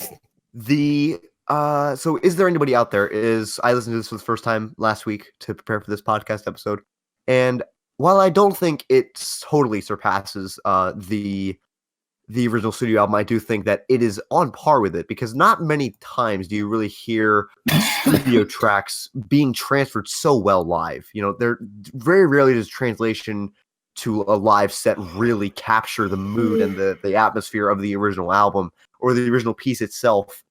And Pink Floyd is the kind of band I feel like I could totally see them doing that.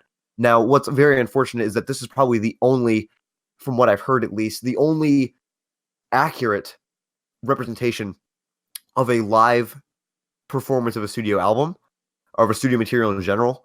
We will get to the remaining live albums later, hopefully before I have to leave. If not, I'll offer my points on them when about a half an hour or so when I have to leave. Oh shit. In half an hour, we should be fine. We're gonna Oh, no! finish in a half an hour. Don't worry about it. Is there anybody out there is, in my opinion, probably the best Pink Floyd live album? Just not counting bootlegs, of course. It's stunning, to be honest, to hear something as grand as The Wall, something so massively produced, be translated so amazingly live is surreal, to be honest with you. You would honestly think that maybe without the audience in the background, you'd probably think this is a studio recording, maybe a separate take for the studio album. But no, it's being performed live. Yeah, and that's that great. is probably a testament to Pink Floyd's live power of that era. Damn. Yeah, so after that they would come through, problems with the tour. If you know the story, you should really read into it. It's really interesting. Richard White was fired from the band. David Gilmour quit the band because of the creative differences with fucking Roger Waters. After that, wait a minute, Richard White was fired from the band. David Gilmour would stay for their worst album, The Final Cut. This is their worst album. I don't know. Oh man, if this is their worst album, I don't know if Amler's gonna be Okay. So if we're moving on to The Final Cut, are we or not? Yeah, yes, we are. Okay, then in that case, as with the Swans podcast, I must now wallow in my. Yeah, I'm with him. I haven't heard anything past The Wall. Okay, so I have. we're gonna Me too. move on quickly because there's not. No, I have no, not no, no. much to talk about these records. I like the Final Cut. I think it's great. I really enjoy it. Like the lyrics are fantastic. Lyrically is fantastic, but instrumentally and conceptually, it's fucking awful. The Hero's Return, I would put as the best awful. album.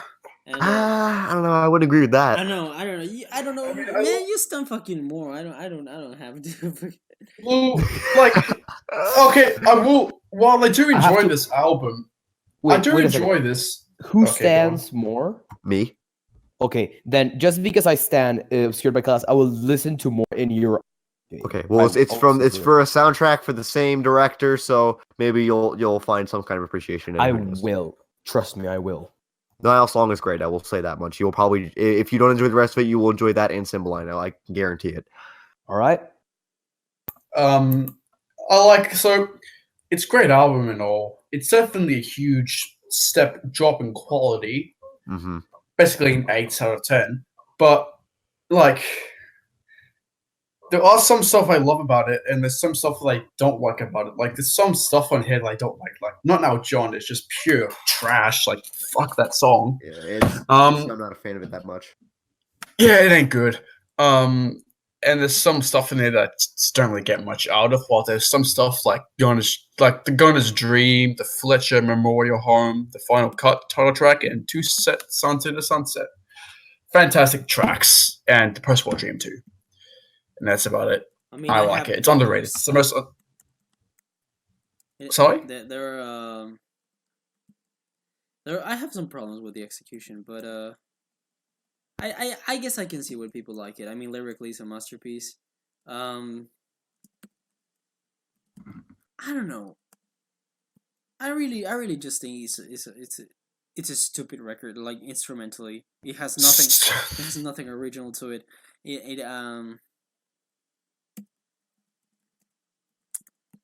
Yeah, I mean, I don't know what to say. This album has literally left me with nothing to say. It's just so uninteresting and boring to me that I have nothing to declare about the record. Okay. I mean, it has Alright, it has a few songs that I like The Hero's Return and The Gunner's Dream, but that's it. Gunstream's That's fantastic. it. And fucking, I don't know. I really don't know what to say. This, like, not now. John is what exemplifies the record. Something unoriginal, not well executed. No, not now. John's just That's obnoxious and annoying. It's just really weak. It feels like a pop song from Pink Floyd, which doesn't feel right. And not like not like a pop song like Another Brick in the Wall was, kind of, or Brick in the Wall Part 2 at least. It's just, it feels so uninspired, and I think I can say that about a decent portion about the final cut, but the high points on this album really make it for me. And today was actually my first time ever actually listening for the final cut. I actually had never listened to it before today, and I always heard nothing but really either mediocre to negative things about it. And going into it, I tried to go with an open mind, and I wound up actually finding it pretty interesting. I thought it was a decent album. I will say this much: I think Roger Waters has gone a little bit overboard with the amount of, political stuff. Yeah. I mean, it's what exemplifies him as a musician. It's just, this is now 3 albums in a row where Roger Waters has been circle jerking politics, and I think he's getting a little bit old. And this would reflect through his solo career too, which I haven't paid too much attention to. It's just, it drags on a little bit. We get the point, Roger. Okay, we fully get it. Yeah, exactly. You've gone on about this now for 3 albums, and I think maybe if you made half of this album, that part of that would have been fine. But instead, you dragged on for another, however long is this, 40-something minutes, 50, 45, Yeah, I mean, somewhere between there. That's my main problem with it. This is dedicated to his father and to heroes of the Second World War. So, it's a Roger Waters solo album. To me, Yeah, basically. and I have nothing wrong with it. I like some of his solo material, but this is just this doesn't do it for me. So after this, in 1984, he would release the other. Anyone has listened here to the present cause of hitchhiking? He would release the other. I got about halfway not heard through. it. I love this record. I got about halfway through, I love this and record. I paused it. I just like this record a lot. I think it's better than most Fair enough. of what was done with but The Wall is better, yeah. But yeah, I mean, I have nothing more to say. It's I thought you would like it, honestly, Gabe. I thought you would like it a lot. From from Final Cut or Pros and Cons? Pros and cons. I didn't finish Pros and Cons, but from what I've heard of it so far, it's been pretty decent. Like, I wouldn't say it's terrible. I wouldn't say it's mediocre. I think it's normal. It's nothing super mind blowing, but it's also nothing really to cough at. It's a decent album so far. And after this, in 1987 they would release some of his. I mean, Oh, considered man. Here comes the BS. Here comes the BS, yo. Momentary Lapse of Reason. Fuck this album, man. This has It's 2 of the fucking most well-known tracks, which is "Learning to Fly" and "The Dogs of War" from that era. shit. Because David Gilmour would come Shit songs. and take a part with it with Richard Wright and Nick Mason without Roger Waters, and it's badly executed. It's a 4 out of 10 for me, but I like the live album that would Okay. come out from this era. And Okay, I just I have nothing more to say about this record. It's just fucking awful. You go and listen to it. Okay. and- So, for somebody that has not heard Momentary Lapse of Reason, has no clue what it sounds like, how would you describe it? And Sorrow, The Dogs of War, and 80s Learning Pink to Floyd. Fly are great, but then it's just stupid and not worth your It's- time at all. It's 80s Pink Floyd if they did almost popish prog music. No, I wouldn't even like- call it prog either. Literally, fellas, just search for the Dogs of War, Learning to Fly, and Sorrow, and you're done. You don't need to listen. Thanks! You don't need to listen to anything else. Literally. Okay. I'm gonna be completely honest. Yeah, I don't really get the hate for Dogs of War. Yeah, I'm I gonna be like totally Dogs honest. of War. I like Dogs of War. That- Shit. That song does not really bother me that much. It really doesn't. I mean, I also didn't think it was that bad on Delicate Sound of Thunder. Gilmore. to be totally Yeah, honest. I love that version on Delicate Sound of Thunder. Fuck off, you Hurley. You know, No. You're named after a Weezer album. Well, this has nothing to do. This has nothing to do with Weezer. Why are you bringing Weezer in here? because you know. Anyways, Pinkerton, I mean, well, I don't give a shit I'm about- momentarily lapse of reason is basically one of their worst records. dog shit. Yeah, and because Gilmore let me- Gilmore tries to make a Gilmore record with Pink Floyd and it doesn't work. I love the cover though. That's, God, I mean, no, the cover is shit. I mean, if you have it on screen right now, Cover of Look at AMLR it. is awful. look at it. Like Of what? A momentary lapse of reason. I call it AMLR because AMOLR or It's AMLOR. meh. It's meh. It's a guy Nah, jumping on beds in the shit. desert. I don't like it. What is that? A beach or is that Yeah. the desert? I can't even tell. I it's don't like that be- album cover. It's so 80s. I don't like it. It's like if did Hypnosis do some cover? Hold on. Yep. Storm I don't Thornton, think that- art direction. Oh my God! Why? How did you go from making amazing album covers like Animals and The Wall, and now you have a guy jumping on beds in the middle of the desert? with dogs in the background. Dogs. Of I never war. saw those. Yeah, What? there's dogs over there. Let me, Okay, so I don't see the dogs. let me talk about this album. Like I've said before, it's shit. It's really bad. The production is so 80s and potatoey. It's like if Phil Collins got involved with it and started to put reverb on everything. Like the mixing is good. I'm not gonna lie, the mixing is really good. But Yeah. songs like The Dogs of War, which is just shit, get out of here. Don't even bother. Don't even defend that. And The New Machine is possibly the worst thing the band ever done. Like, what's the point of it? I did not like A New Machine. I'll be totally honest. Oh, that's it. Yeah. Although Sorrow, it's decent, but it's not. It doesn't really go anywhere for like the whole song. And I just wish the production was not so 80s and potato. So yeah, fuck this Your album. opinion It's on it, shit. Gabe? I don't really, Your opinion in it? I don't. Okay, so for the longest time, I actually thought that A Momentary Lapse of Reason was one of the worst albums I'd ever heard. It was in my top 10 worst albums of all time list, which is saying something because I don't really rate albums terribly. I don't really hate many albums, like I've said. I just never found it very interesting when I was younger, and I also went through a pretty big phase where I was like, oh, anything that's not from before 1981 is just trash. No, I don't like this because now if you don't like it, then that's fine. It's just that's how I was. I was a little idiot child. And I revisited it this morning, and for the first time in about 4 years, I want to say about 4 years, and I actually wound up finding it pretty okay. You know, it was. I'd say it's probably on the same par as the Final Cut for me, somewhere around like a 7. You know, compared to the rest of their discography, it's pretty. This is like a sore thumb. I I'll be mean- totally honest. It sticks out like a. Like a sour thumb. Yeah, it's like it sticks out like a sore thumb in their discography, and it honestly leaves a bit of a blemish because after this they did the Division Bell, which is a bit of a return to form for them. I mean, maybe, yeah. It's better than A Momentary Lapse of Reason. I'll say that much, but this album's really conflicting to me because I like it. I think it's okay.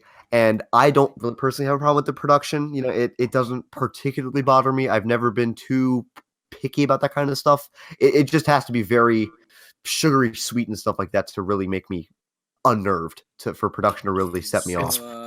After this fucking atrocious record, they would come, in my opinion, to return. Like some of the songs from A Momentarily Lapse of Reason are on Delicate Sound of Thunder. which was released in 1988, and I Um, love the version of Dogs of War and Sorrow. And yet another movie is no, improved here. no.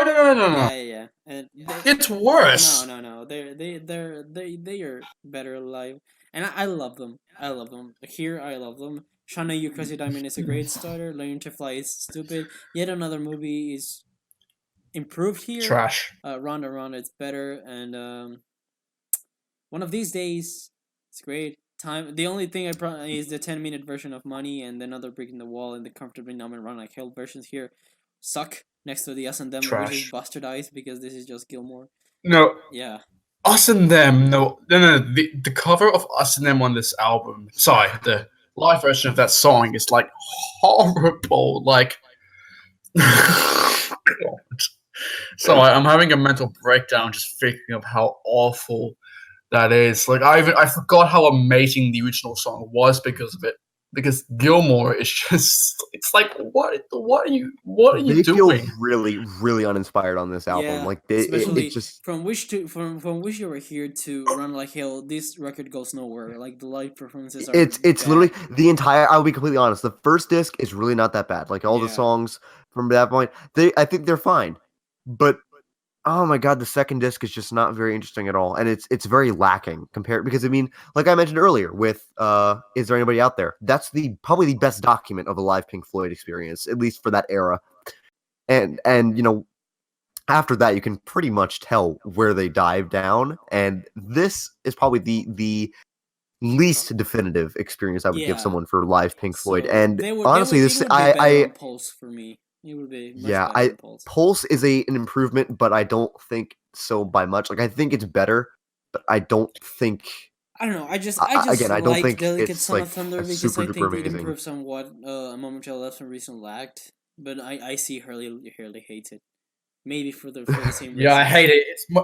It's worse than Momentary Lapse of Reason. It's much worse. After this, Fuck, there's a lot of they album would come to a hiatus, and then they would rejoice on 1994 with The Division Bell.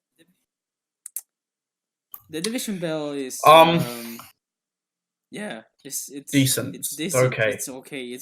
It's the only record of Pink Floyd that I have almost nothing to talk about. I mean, it has some nice songs like Maroon and Take It Back and Lost for Words are great. High Hopes is great too, but what do you want from me? I mean, it's good. It's a return to form, but it's nothing remarkable. Yeah, People not love it. really. People love it. I don't know why, but yeah. Yeah, I can see why someone would get any sort of enjoyment from it. Like, undoubtedly, it's better than Monetary Lapse of Reason, but it's still flawed. The production's good. It's pretty good actually, but